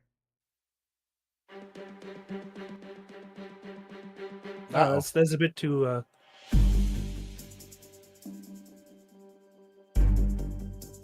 Sure. Yeah, it should just be. What are you doing? I'm trying to figure out why gambling is not. Oh, that was it. It was gamble, not gambling. There you go. Okay. That's how you do it. Very Anyway. important. So this guy, he's not happy I threw a stick at him. I mean, you know, Clark does not like when stick be throw at Clark. I dare say I dislike sticks being thrown at me as well, my good fellow. Stop throwing sticks at Clark! Stop yelling at. Clark will not do what you tell me! Okay. Well then, don't stand there and don't leave this cave. Please keep Clark will not listen to you. Right. Listen to me. Don't stay here and leave. And don't leave. You are confusing, Clark. Okay. Anything else on your turn? Well, I gotta use up some more of my flight. I would recommend doing so. You'll notice this is a dead end. Yeah, I kind of figured This since is- I can't move the map anymore. Yeah, it turns out this is the boss room. You've wandered right into the fucking boss room. Uh-oh. Oh, no. Alright, I think that was what? That was 15, 10 more feet. Oh, golly. Zip! Alright. All right. Let's see. This dog can't do anything. You're on the fucking ceiling. Anyway, Clark starts coming out. Oh. Foolish bunny man! Get him! As you can no longer see him, but you sort of get the impression he's pointing at some people. As let me just Times like this, I wish I knew how to use a cantrip of light. I can't wait to level 4. golly. I'm gonna do this goblin's turn. Alright, so he's gonna fire his short bow at you. That's gonna miss. Alright, Thank God. Okay, here we go. Let's see, which one is that? Oh, that one's over here. Okay. Fire another short bow. Does a 17 hit? Yeah. I'd say so, yeah. 6 damage piercing. I'm down. Oh yeah, because your health was still low before. Yep. I fall to the ground just With a thud. What? I was gonna say, unless the thing keeps me up on the ceiling as I'm passed out. Nah, you thud. Okay. And we could pretty much gather what's going to happen next. As I'm ripped to shreds and I wake back up. as you are absolutely, positively ripped to shreds. As you find yourself petting some good old doggos. Ah! As the wingsuit you're wearing starts to glow. All right, I don't have that anymore. Ring of the Orator! What does this even do? Ring does of this the do? Orator? What does this do? What have I put here? Oh, That's- okay. A good question.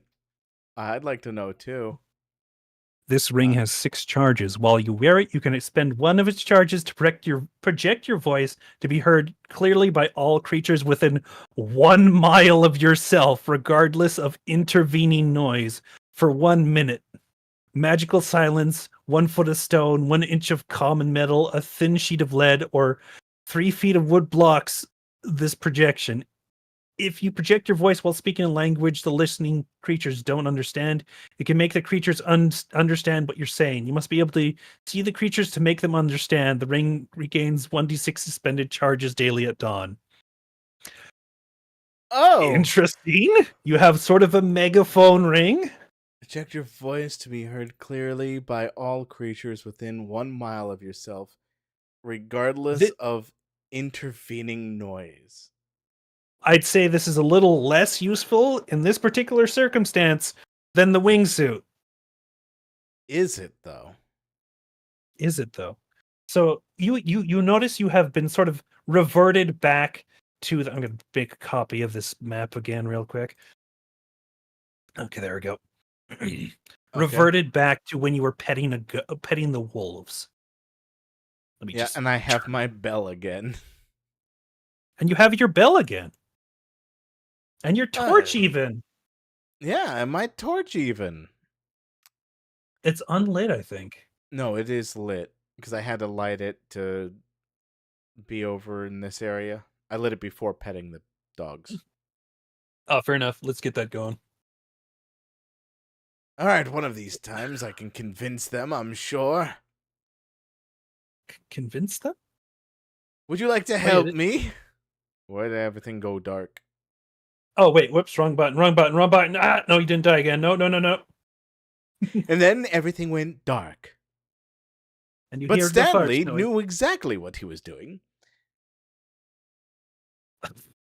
So, yeah, I guess this technically means, given I've put the point over here, you can make another animal handling check to try to get at least one of the wolves to come with you. I will attempt on at least one of them. At least one of them wants to follow you. Hopefully. Normal roll. Not at all. Completely disinterested. As I let them, as they run away again with the chain. It's like, all right, bye. Maybe next time you're obliterated. Yeah, maybe next time. All right. This time I'm just gonna leave the torch right here now that I know where the boss is located. Uh-huh. And you can turn off my torch now. Okay, so you were purposely turning off your torch and going back to No, I wasn't All going right. back to. Okay, actually. No, yeah, no. I mean back to the torch, back to the not being able to see mode. No. Let me just think. Let me think. Because I got Absolutely. spotted by a torch, but wait a minute. Yeah. Wait a minute. While There's I wear another it, path. you can expend one of the charges to project your voice to be heard clearly by all creatures within 1 mile of myself, regardless of intervening noise, for 1 minute. Magical silence, 1 foot of stone, 1 inch of common metal, a thin sheet of lead, or 3 feet of wood blocks this projection. Here's If you what I'm going to say. project your voice while speaking a language the listening creature doesn't understand, you can make them understand. The ring gains 1d6. Oh, God, that would have been interesting. So, I should have yeah, used that. I should have used that on the wolves.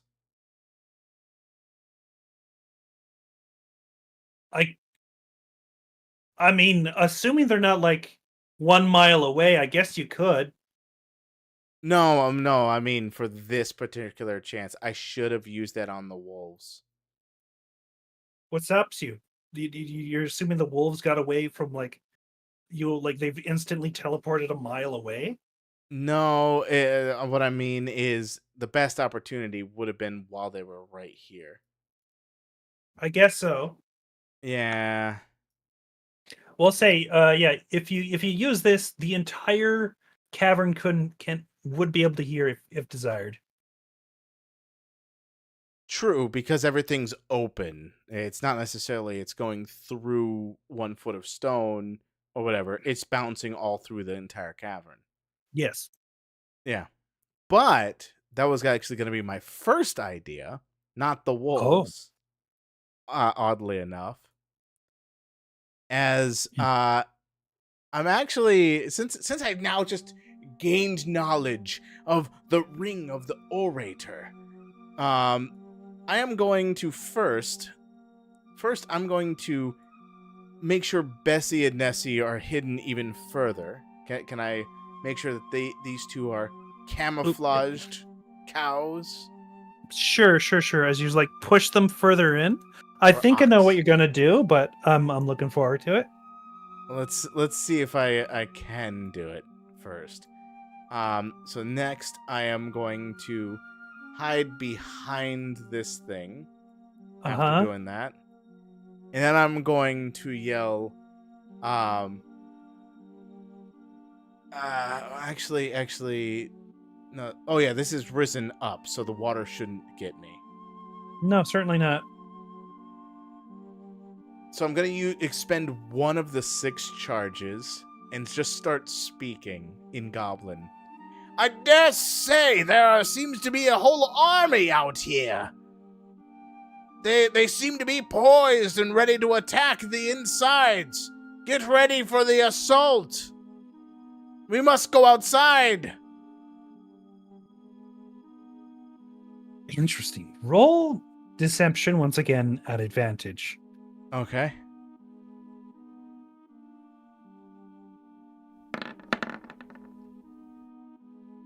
Thank God it was That an was- advantage. Yeah, you rolled it at disadvantage, but they're I can see the 19. Oh, whoops!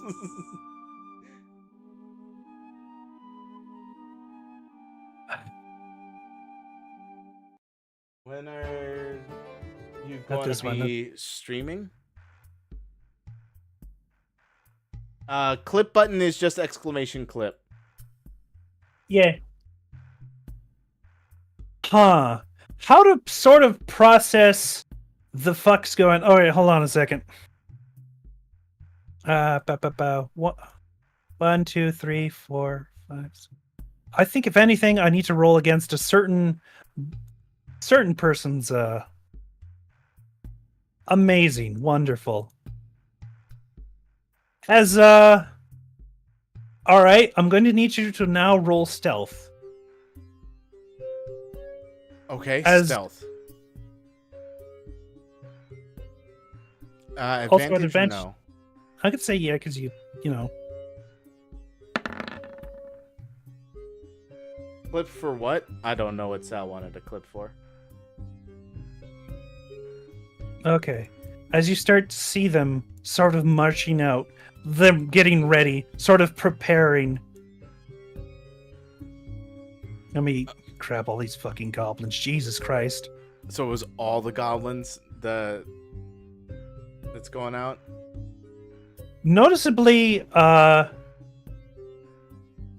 doesn't seem like all of the goblins, but a good fighting force have sort of been like placed outside getting ready to attack. A good chunk of the goblins as like, they've already killed the 2 scouts from outside.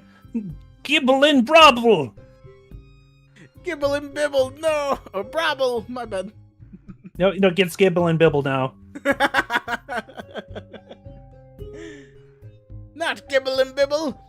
They were our 2 finest watchers. They would let us know about everything. Goodness. What to do? You have gathered a whole slew of goblins outside the cave right now. Okay, so, in my adventure here, this is this is just a one area, effectively. So, now is the time to sneak. I'm looking at all the items I have, and none of them I can't help with the cave-in. And that would also be a bad idea. A cave-in would take care of quite a bit of them. Certainly. But I think both of us know of a particular way to that I think you're thinking of. Well, I was thinking of sneaking. What were you thinking of? Never mind. Sneak away. I'm curious what you were thinking of. I was thinking thoughts and do not wish to influence yours. Okay, alright. So yeah, my wingwear is now the Ring of the Orator. Yes, which is so helpfully gathered a whole bunch of goblins all up down there. As let's see, 1, 2, 3, 4, 5, 6, 7, 8 goblins. Yeah, 8 goblins. I do have a flask of oil, but at the same time, that's a river. Well, then again, oil will still light in water, wouldn't it? I guess it would, but it's a stream. It is a running stream. It is a running stream. The oil's not going to stay there. No, it's not. It's really not. And an arrow right now would just give my position away. I didn't think this all the way through.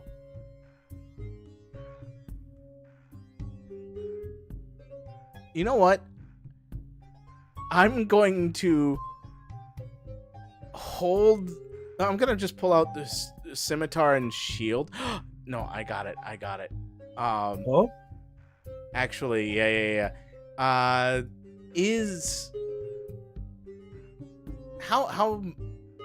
Oh God. Are they still there? That's the question. Is who still there? You know what? I've got it. I'm gonna stay up here. I think I know what you were thinking now. I'm gonna use the Ring of the Orator again. Oh? Yeah. They've managed to get in! I dare say! Pull the water! Pull the water! What? No! What? Roll me deception at it. No, actually, no. This is fucking hilarious. As they're like, no. As you suddenly see a rush of water coming down as it just bludgeons all of these goblins. This is what you were thinking of, right? This was what I was thinking of. I was wondering if you were going to use the Ring of the Orator again. I used it again. Okay, hold on. Let me... You're good, Arif. I mean, if you can't make it, you can't make it. I tend to stream late on my timetable because, well, I work in the morning. If I could do it earlier, I would. I am just going to say, initially that is supposed to be 2d6 bludgeoning damage, but the sheer amount of goblins clattering together in this wave of water that hits all of them, that's not going to help them out very much. Oh, I dare say that folly of water just really brutalized all the poor goblins. But they deserved it after what they did to me in my past waking up moment. I somehow have gained the ability to reincarnate back to where I once was. With the weird sound that keeps happening each time. Yes, it was more like an Oreo or something. Oreo? Something like that. Some sort of delicious cookie I reminded of. Okay. What do you do now as you walk over the pile of dead goblins?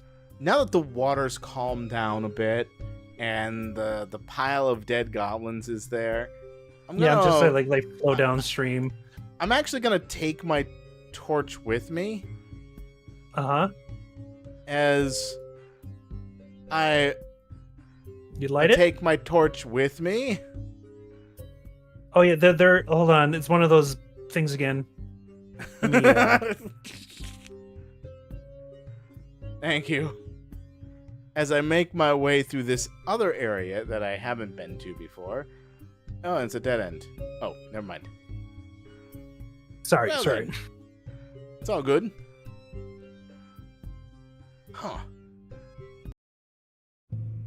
Let this one. Nope. Oh, no, that's too dramatic. Holy shit. As you sort of look in at an area that seems to previously had a shit ton of goblins in it, but you sort of see one remaining as his ears twitch and he looks to you. Ah, well, if it isn't Cornelius again. If it isn't... I'm sorry, my mind is a little blank. Yemek. This is the goblin adventurer you let's say in your past may have had a falling out with. Used to be friends. As you Yemek, I see. What are you doing here?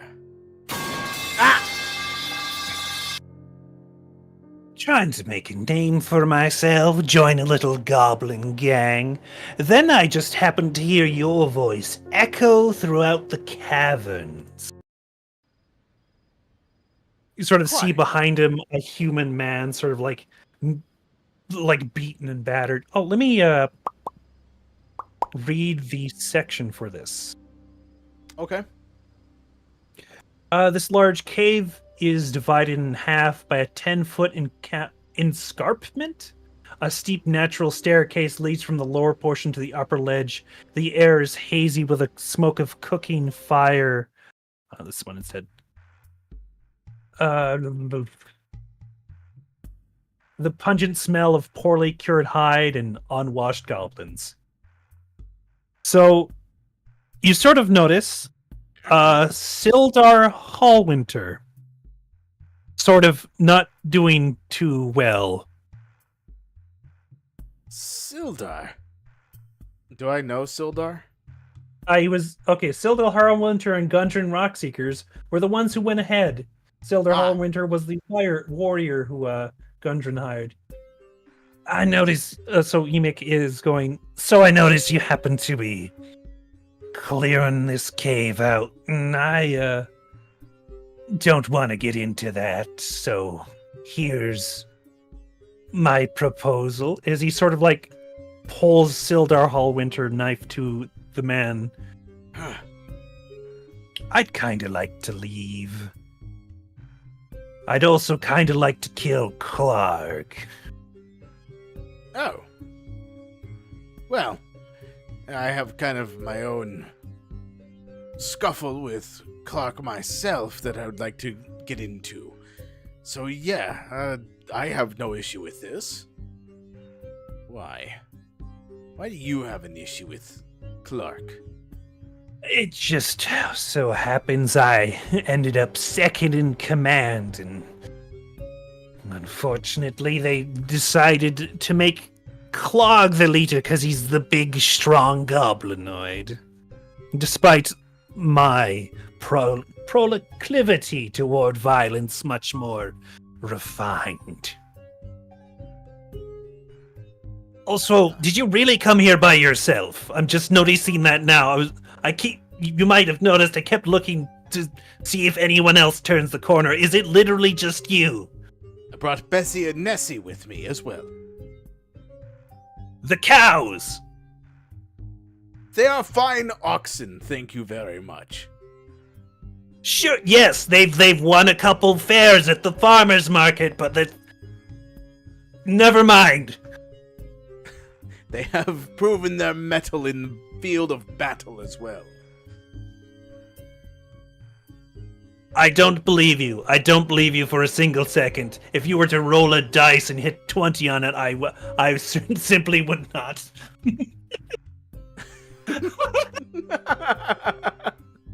Okay, so... Say the word from the first word? From the first letter, you mean? Hieg? Hieg! No. So, what do, Cornelius, you see your, I guess, old goblin buddy and a very beaten and battered Sildar Hallwinter. He doesn't look particularly happy about his current situation. Well, if you would like to face off against Clarabelle first, then by all means, you can head off and I will not stop you in the slightest.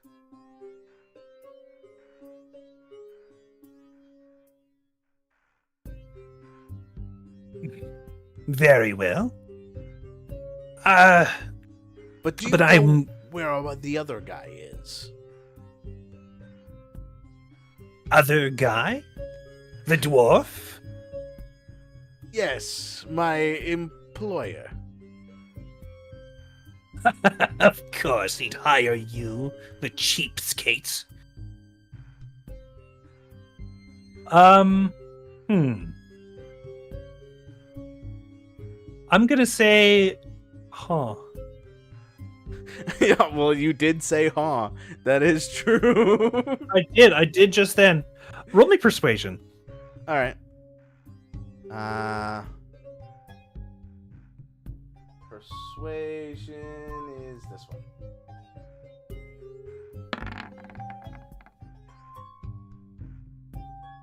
That's a 50-50 toss-up.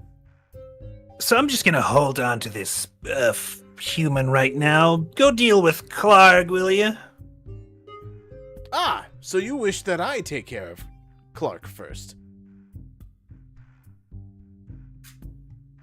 Very well. He is sort of like squinting, like thinking about it, like, huh.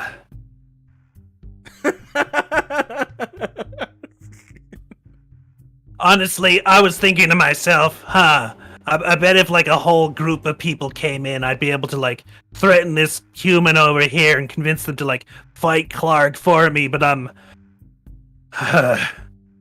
this is not exactly looking beneficial at all.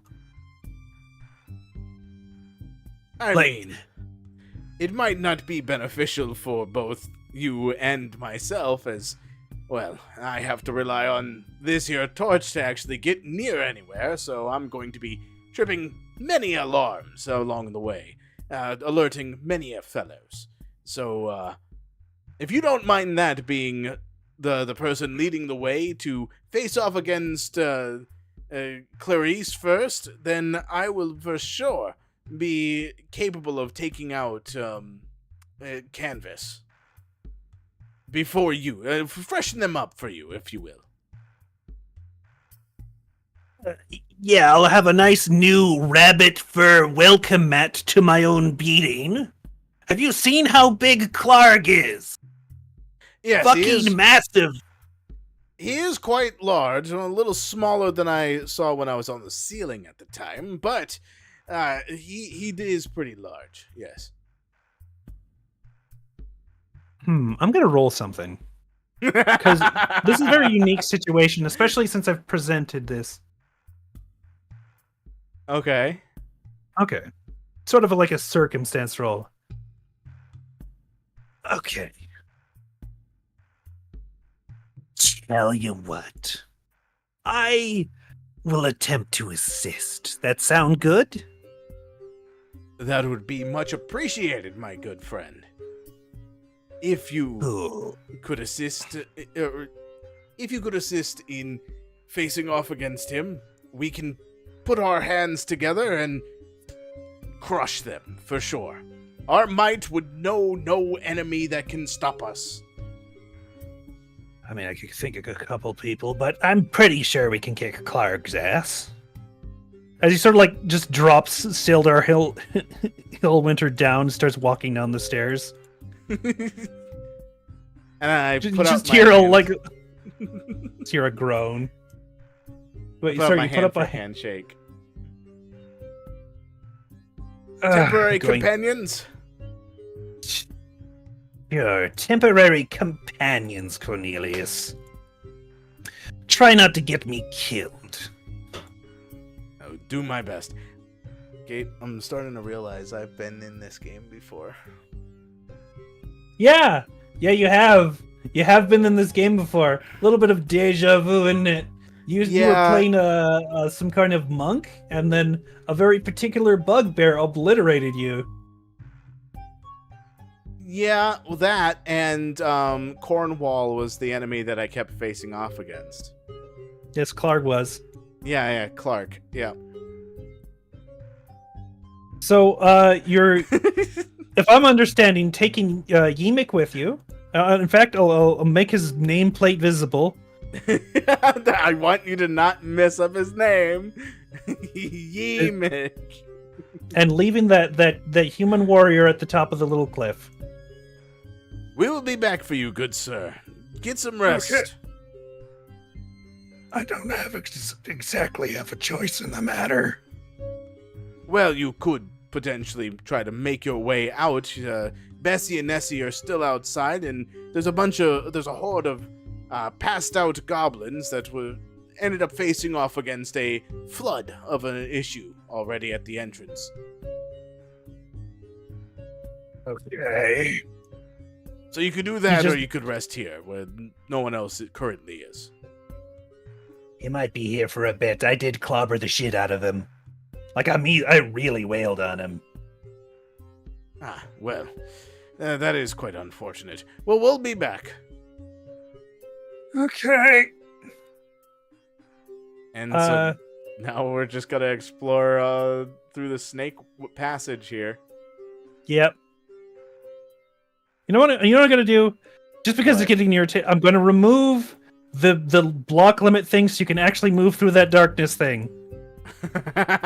Okay. So I don't have to pull you through. You can get through it yourself. Just don't go through walls. You promise me. Okay, I promise.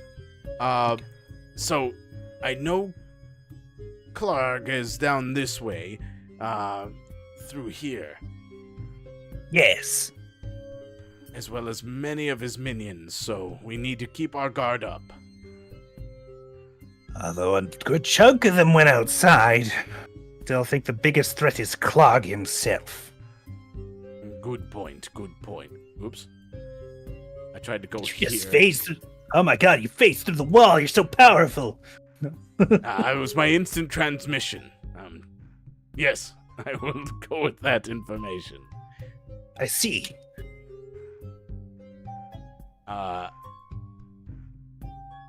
Well.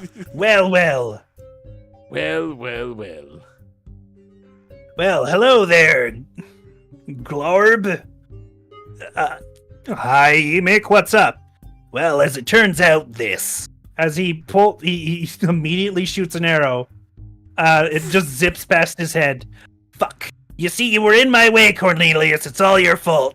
Oh, right. My fault, Mick. It yeah, has roll nothing to initiative. do with your aim being a little on the offside in this darkness. I am a goblin. I can see in the dark. I'm cool as hell.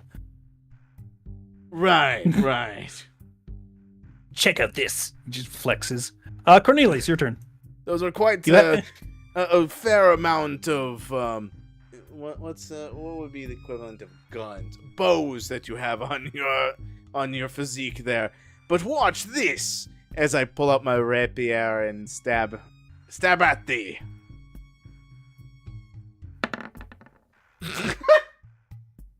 As the goblin, Glorb blocks it. Good job, Cornelius. Such impressive sword work. Clearly, I hope to one day match that, you absolute fucking dweeb. You try wielding a rapier with one hand and the other holding a torch. Let's see how well you could do. Oh, yeah, hand it here then. All Give me right. him. Here's the torch. He's just handing the torch and the rapier over. Okay. And I'll step aside. It's a Yimik with a torch and a rapier.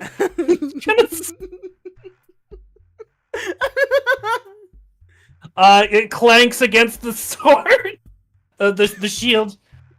This is unwieldy as hell. Clearly terrible forge where he hands it back. Thank you. And see, I told you, not as easy as it looks. Okay, Goblin's turn. He's going to attack Yimik. That hits. Alright, that's not good. Ow! The hell! You can't believe you betrayed us, Yimik. You shut your mouth. Cornelius. Alright. Let's try and stab once more. Have at thee! I'm gonna laugh if this goblin kills both of you. So funny thing, because Yimik is next to you, despite not having advantage, you do get sneak attack. Really? Yeah, if an ally is next to you, whilst you're next to your target, while you're attacking that target, you get sneak attack. This is included for ranged attacks as well. Okay, well, 11 points of damage. They're out. Good job distracting them, Yimik. Yeah, let's call it that. Fucking ow. Yeah, I have no potions of healing or anything to heal with. Golly, if there was only some way for you to, heal somehow? Like, take an amount of time and heal? Yeah, but we're in that little bit of a rush scenario. I guess so. Yeah, I'm trying to remember. I think I was at 4 HP when coming in here, so. Uh-huh. Yep. Before So that we means- actually go to face off against Cornwall over there, do you think we should take a brief moment of rest? To lick our Shut up. wounds? I am not licking any wounds. I think that's something a vampire does. But I will take a rest. That and tabaxis, that's for sure. I guess so. I guess tabaxis would do that. Yeah, so I guess short rest as like for some reason Clark isn't like during this coming out to flail about. So I'm rolling like I would a... You're rolling your hit dice. So a D8 minus 1? I Or just a guess D8? so. I don't remember if you use Constitution modifier with it or not. You do. Okay. You can roll as many hit dice as levels you have. You can roll another one. You know, that'd be very helpful. You heal 3 whole hit points. 3? Let's see. Oh wait, hold on. I Oh, heal 1 whole hit point, thank you. you heal 1 whole hit point. Let me roll a certain somebody's hit dice. Let's see how let's. Okay, so Yimik is almost up to full. Good for you, man. He's just stretching. That was good rest. It's good. Yeah, I'm glad you suggested that. You're still looking quite shit yourself, though. Well, it tends to happen when you use a rock for a bit of a backrest. When ears these long. Could have literally rested anywhere else in the cave. Are you ready to go? I'm ready as I'll ever be. Find the win, we will find the win. We will acquire W. Or, you know, the W in the message you put in that got immediately hidden because of all the letter spam. As, Yimik strides on up. Good day to you, sir. Alright, Clark, I'm calling you out. Whoa, shit. A little louder than I was expecting. Yeah. Yimik trying to challenge me again? Yeah, damn straight. Mano a mano. Okay, I know it said mano a mano, but I need you to actually like sneak in some hits or he's gonna fucking flatten me. Quite. Got the plan. Thumbs up. Yes, I thumbs up back, but he'd notice. As the goblins sort of like move out of the way as Clark steps forward. Alright. Let's see. Alright.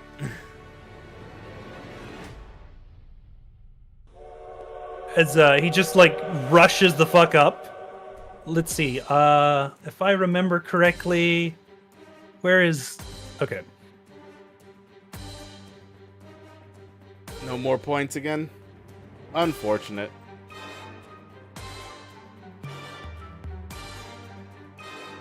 Okay. He swings a very large morning star. He actually misses, clanking against Yimik's shield as he's pushed back.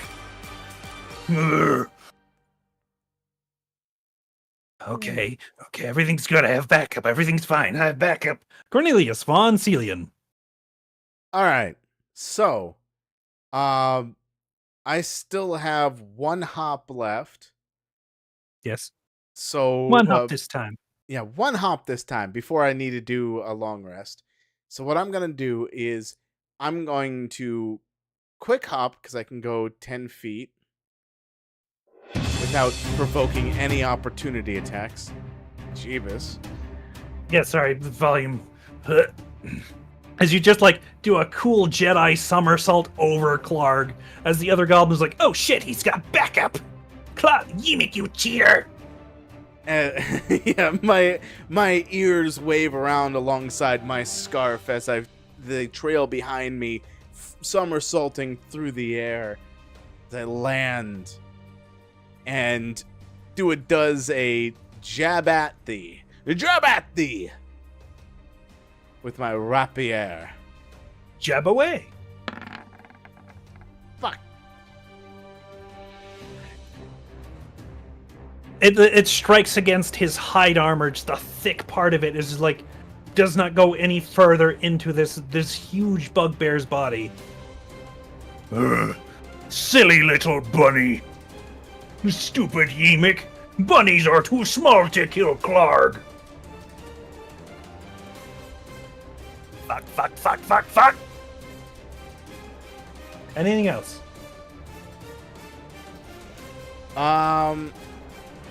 Anything else you say? Well, I used a bonus action to jump, and I stabbed at thee. Mm-hmm. And missed. And missed. I guess then, yeah, it would be Yimik's turn, wouldn't it? Yeah, unless I do a movement action You could do that. to move in between. So that way And Yimik won't get teamed up against from any of the other two goblins. Fair enough. They will be added next turn. As Yimik is going to attempt to attack Clarg. Oh, that hits this time. Ooh, hitting. I like hitting. As it does a 4 slashing damage against Clarg. Just small cut against his arm. How dare! Clarg will smash you into a tiny ball, and then use you to play sports ball! Sports ball. Clarg is sports ball champion. Well, I am a fencing champion myself, good sir. Clarg not know how to make fence. Yeah. Slam. Oh, Come on, God, slam. Good. And welcome Good to the golly. jam. I'm so glad you managed to collect this acquaintance of yours who is doing very well, not getting immediately obliterated by this bugbear by having the rolls attacked against him roll low. True. Anyway, one of the goblins joins to make things fair. It is your turn, Cornelius von Celia. All right. So it is my turn, and I'm just gonna reply with, "It is quite easy to make a fence, like so. Hiya!" As I use the rapier to jab at thee. 17. At Clarg or the goblin? Clarg. Let me check Clarg's AC. That hits! You have hit Oh! Clarg! As I do some Whoa. damage. Jesus Christ. 16 whole damage. That is more than half his health. You know Oh. what that means? I know what that means. Marvelous. As he is going to make a Constitution saving throw. All right. As I'm going to roll System Shock. As he no longer has reactions until the end of his next turn. Oh, good. So we could run away if we want. You could run away if you absolutely needed to. Well, Yimik could.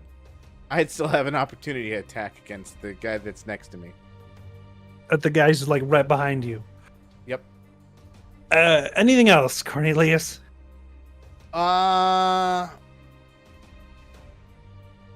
Things could get real dicey. They're already actually very dicey. We're playing a tabletop game. Yeah, that is really dicey right now. We've got the 20s and the 6s and the 8s all being rolled at the same time. Yes. Yeah, that should be the end of my turn. See? Easy fencing to make.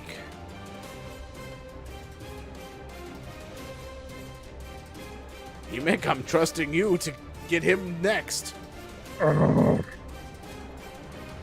Okay. That's not good. Uh-oh. What'd you roll?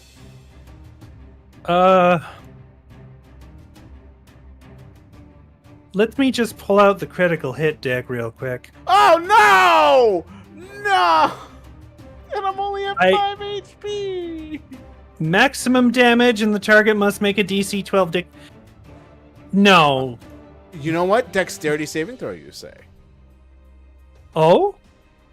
Well, Remember okay, my species. absolutely. Now here's the problem. Max only for damage is more than you have right now, right? What is your current HP? 5. Okay, so max damage, if we're thinking about it really quickly, especially with a critical hit. Let's see, that's 1d6, so that's 12. Now here's the problem. What is your max HP? This is the most important bit. 9. Okay, so this doesn't super ultra giga murder you, but you are in fact unconscious. Alright. Now here's the thing. You do have an ally with you. Yeah. We'll see how this works out. Shit!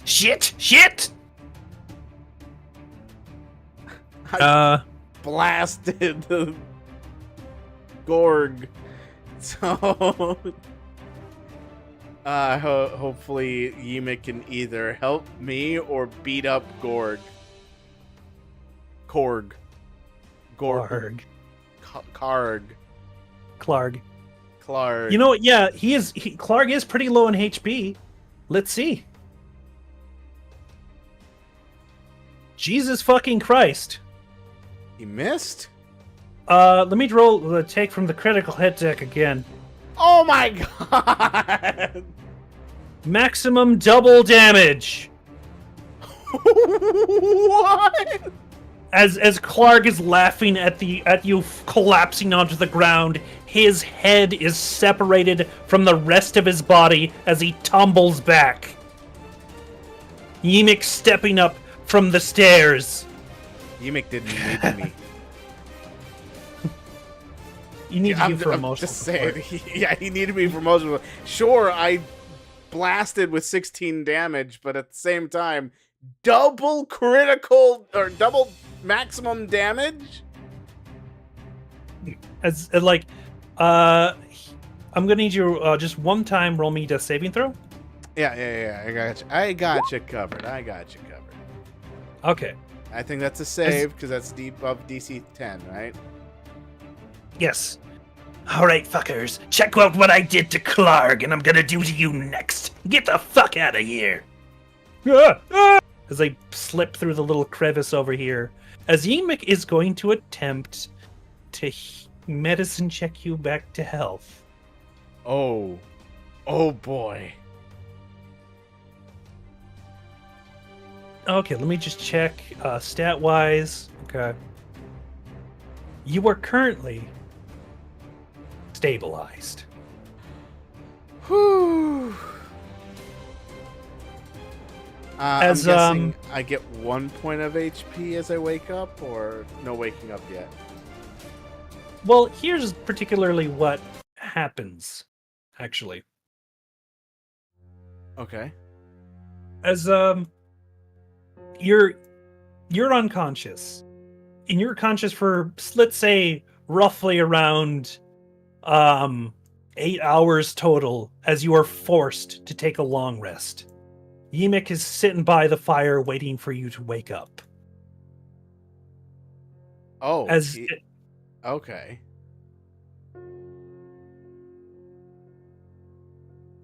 you are back to full HP.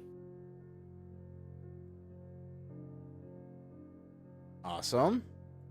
And since this was a long rest, I'm counting this as another save point.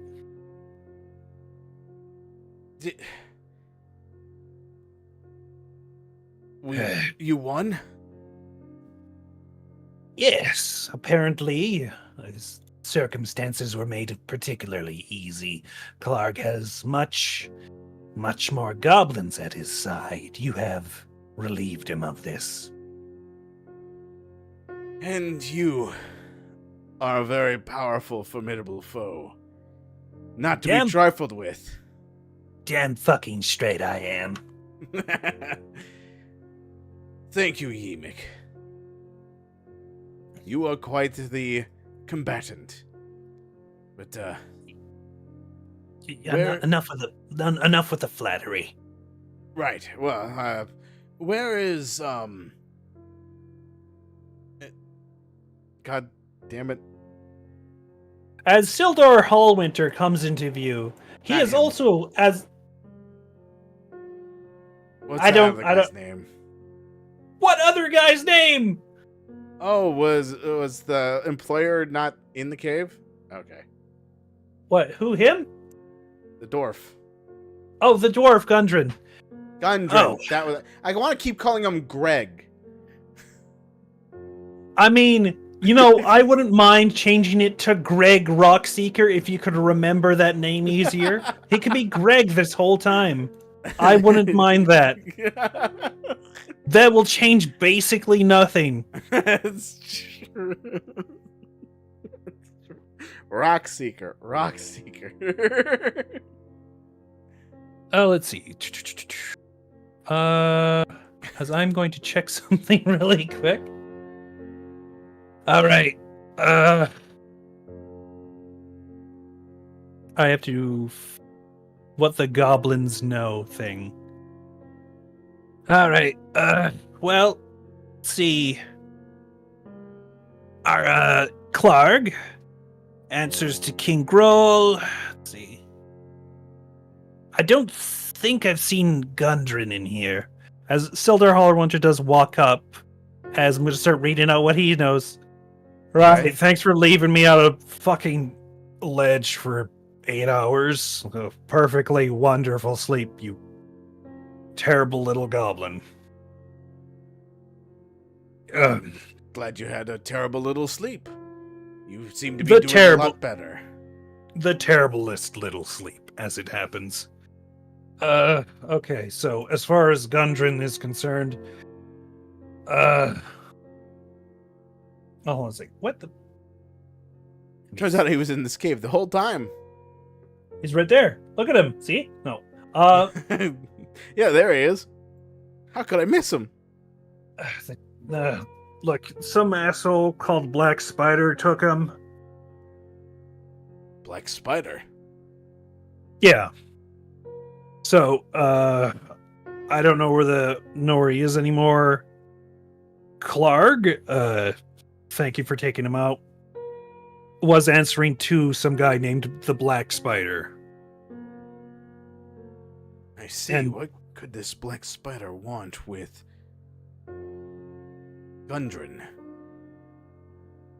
I don't know. Like, he had a map or something. Wave Echo Cave it was. But as you'd imagine, the goblins took it. You wouldn't happen to know where that is, Hemik? No, I wouldn't. Wonderful.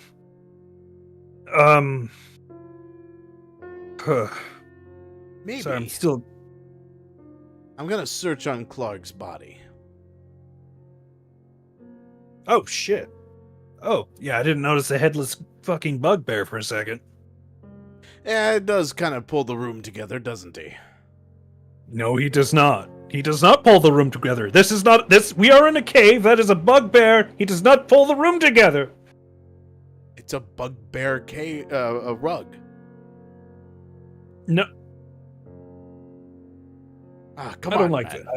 it. I don't like it. I don't like. None of that. I'm rummaging around through his pockets or what thereof is. Is there Okay, a map let's on see. him? There's no map on him. So in this particular room, actually, there is some treasure. Treasure? My eyes light up. To capture stores are bulky. The characters will need a wagon to transport them. Golly, I wonder if you have that. Huh. I wonder. You Bessie see and some Nessie are sort. good. Absolutely. You see a weird sigil on one of them.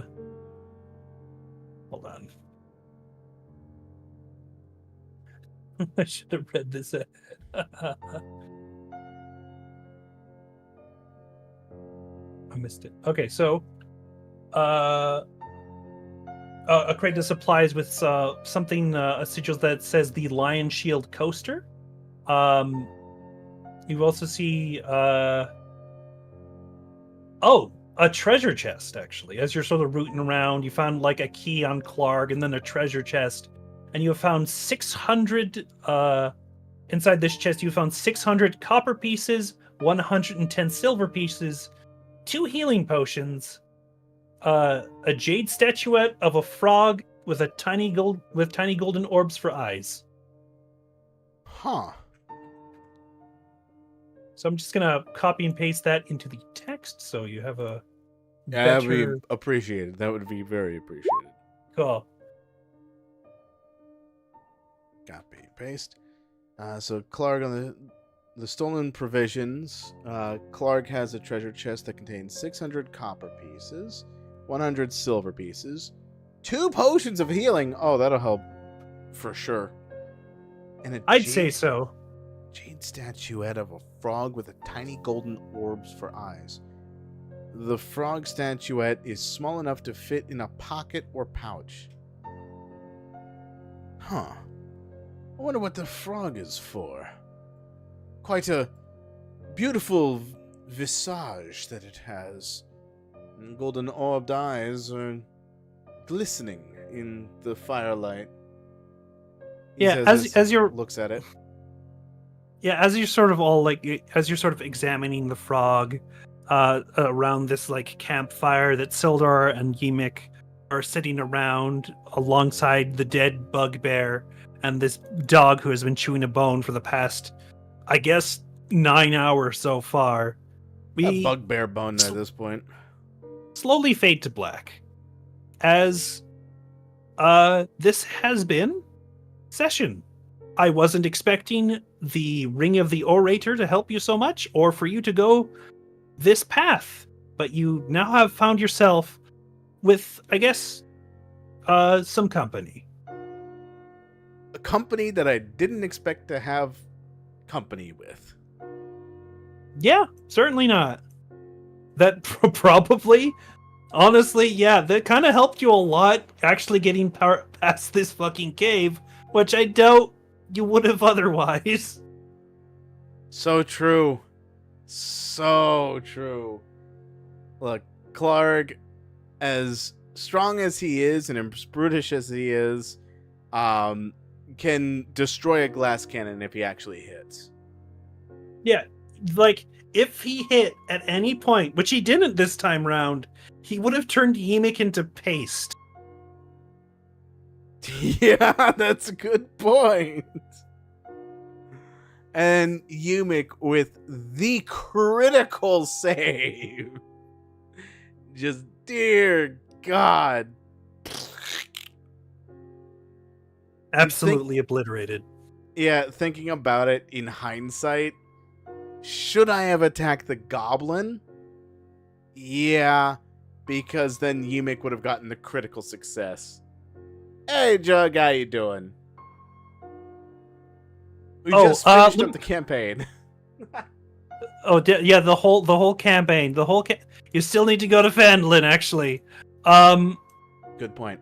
Good point. I actually need to count up all the dead goblins real quick, because you did, as a result, having that NPC there, you're gonna get a whole chunk load of XP. I could calculate that later, though. This has been the first part of Lost Mine of Phandelver at the Cragmaw Hideout. Yeah. It's been a good one. It's been fun with the long ear rabbit. I'm glad you're doing great, Jug. But we're going to call it here for tonight. Thank you all for joining. It's been a blast. And you can catch Gate Sundays. You can catch me. You can catch me if you can. And whenever I feel like it, I may just suddenly play a game. I may suddenly stream. I'm an unpredictable element. But maybe on Mondays if I feel like it. It's true. It's true. You can catch Gate potentially on Mondays, but definitely on Sundays with the GM squad. With the GM squad. I should be back tomorrow about 8 p.m. Eastern Standard Time doing some Halo. But if I'm not there, I will definitely be back on Thursday to play Astrobot with Ark of Abyss and try to finish that up. Until then, have fun, everyone. See you later. And let's see if I can raid someone from Twitch. Alright. Real talk, I wasn't expecting you to do this in one session. I wasn't expecting to get past the cave and the ambush in one session. Yeah, yeah. I am not gone yet.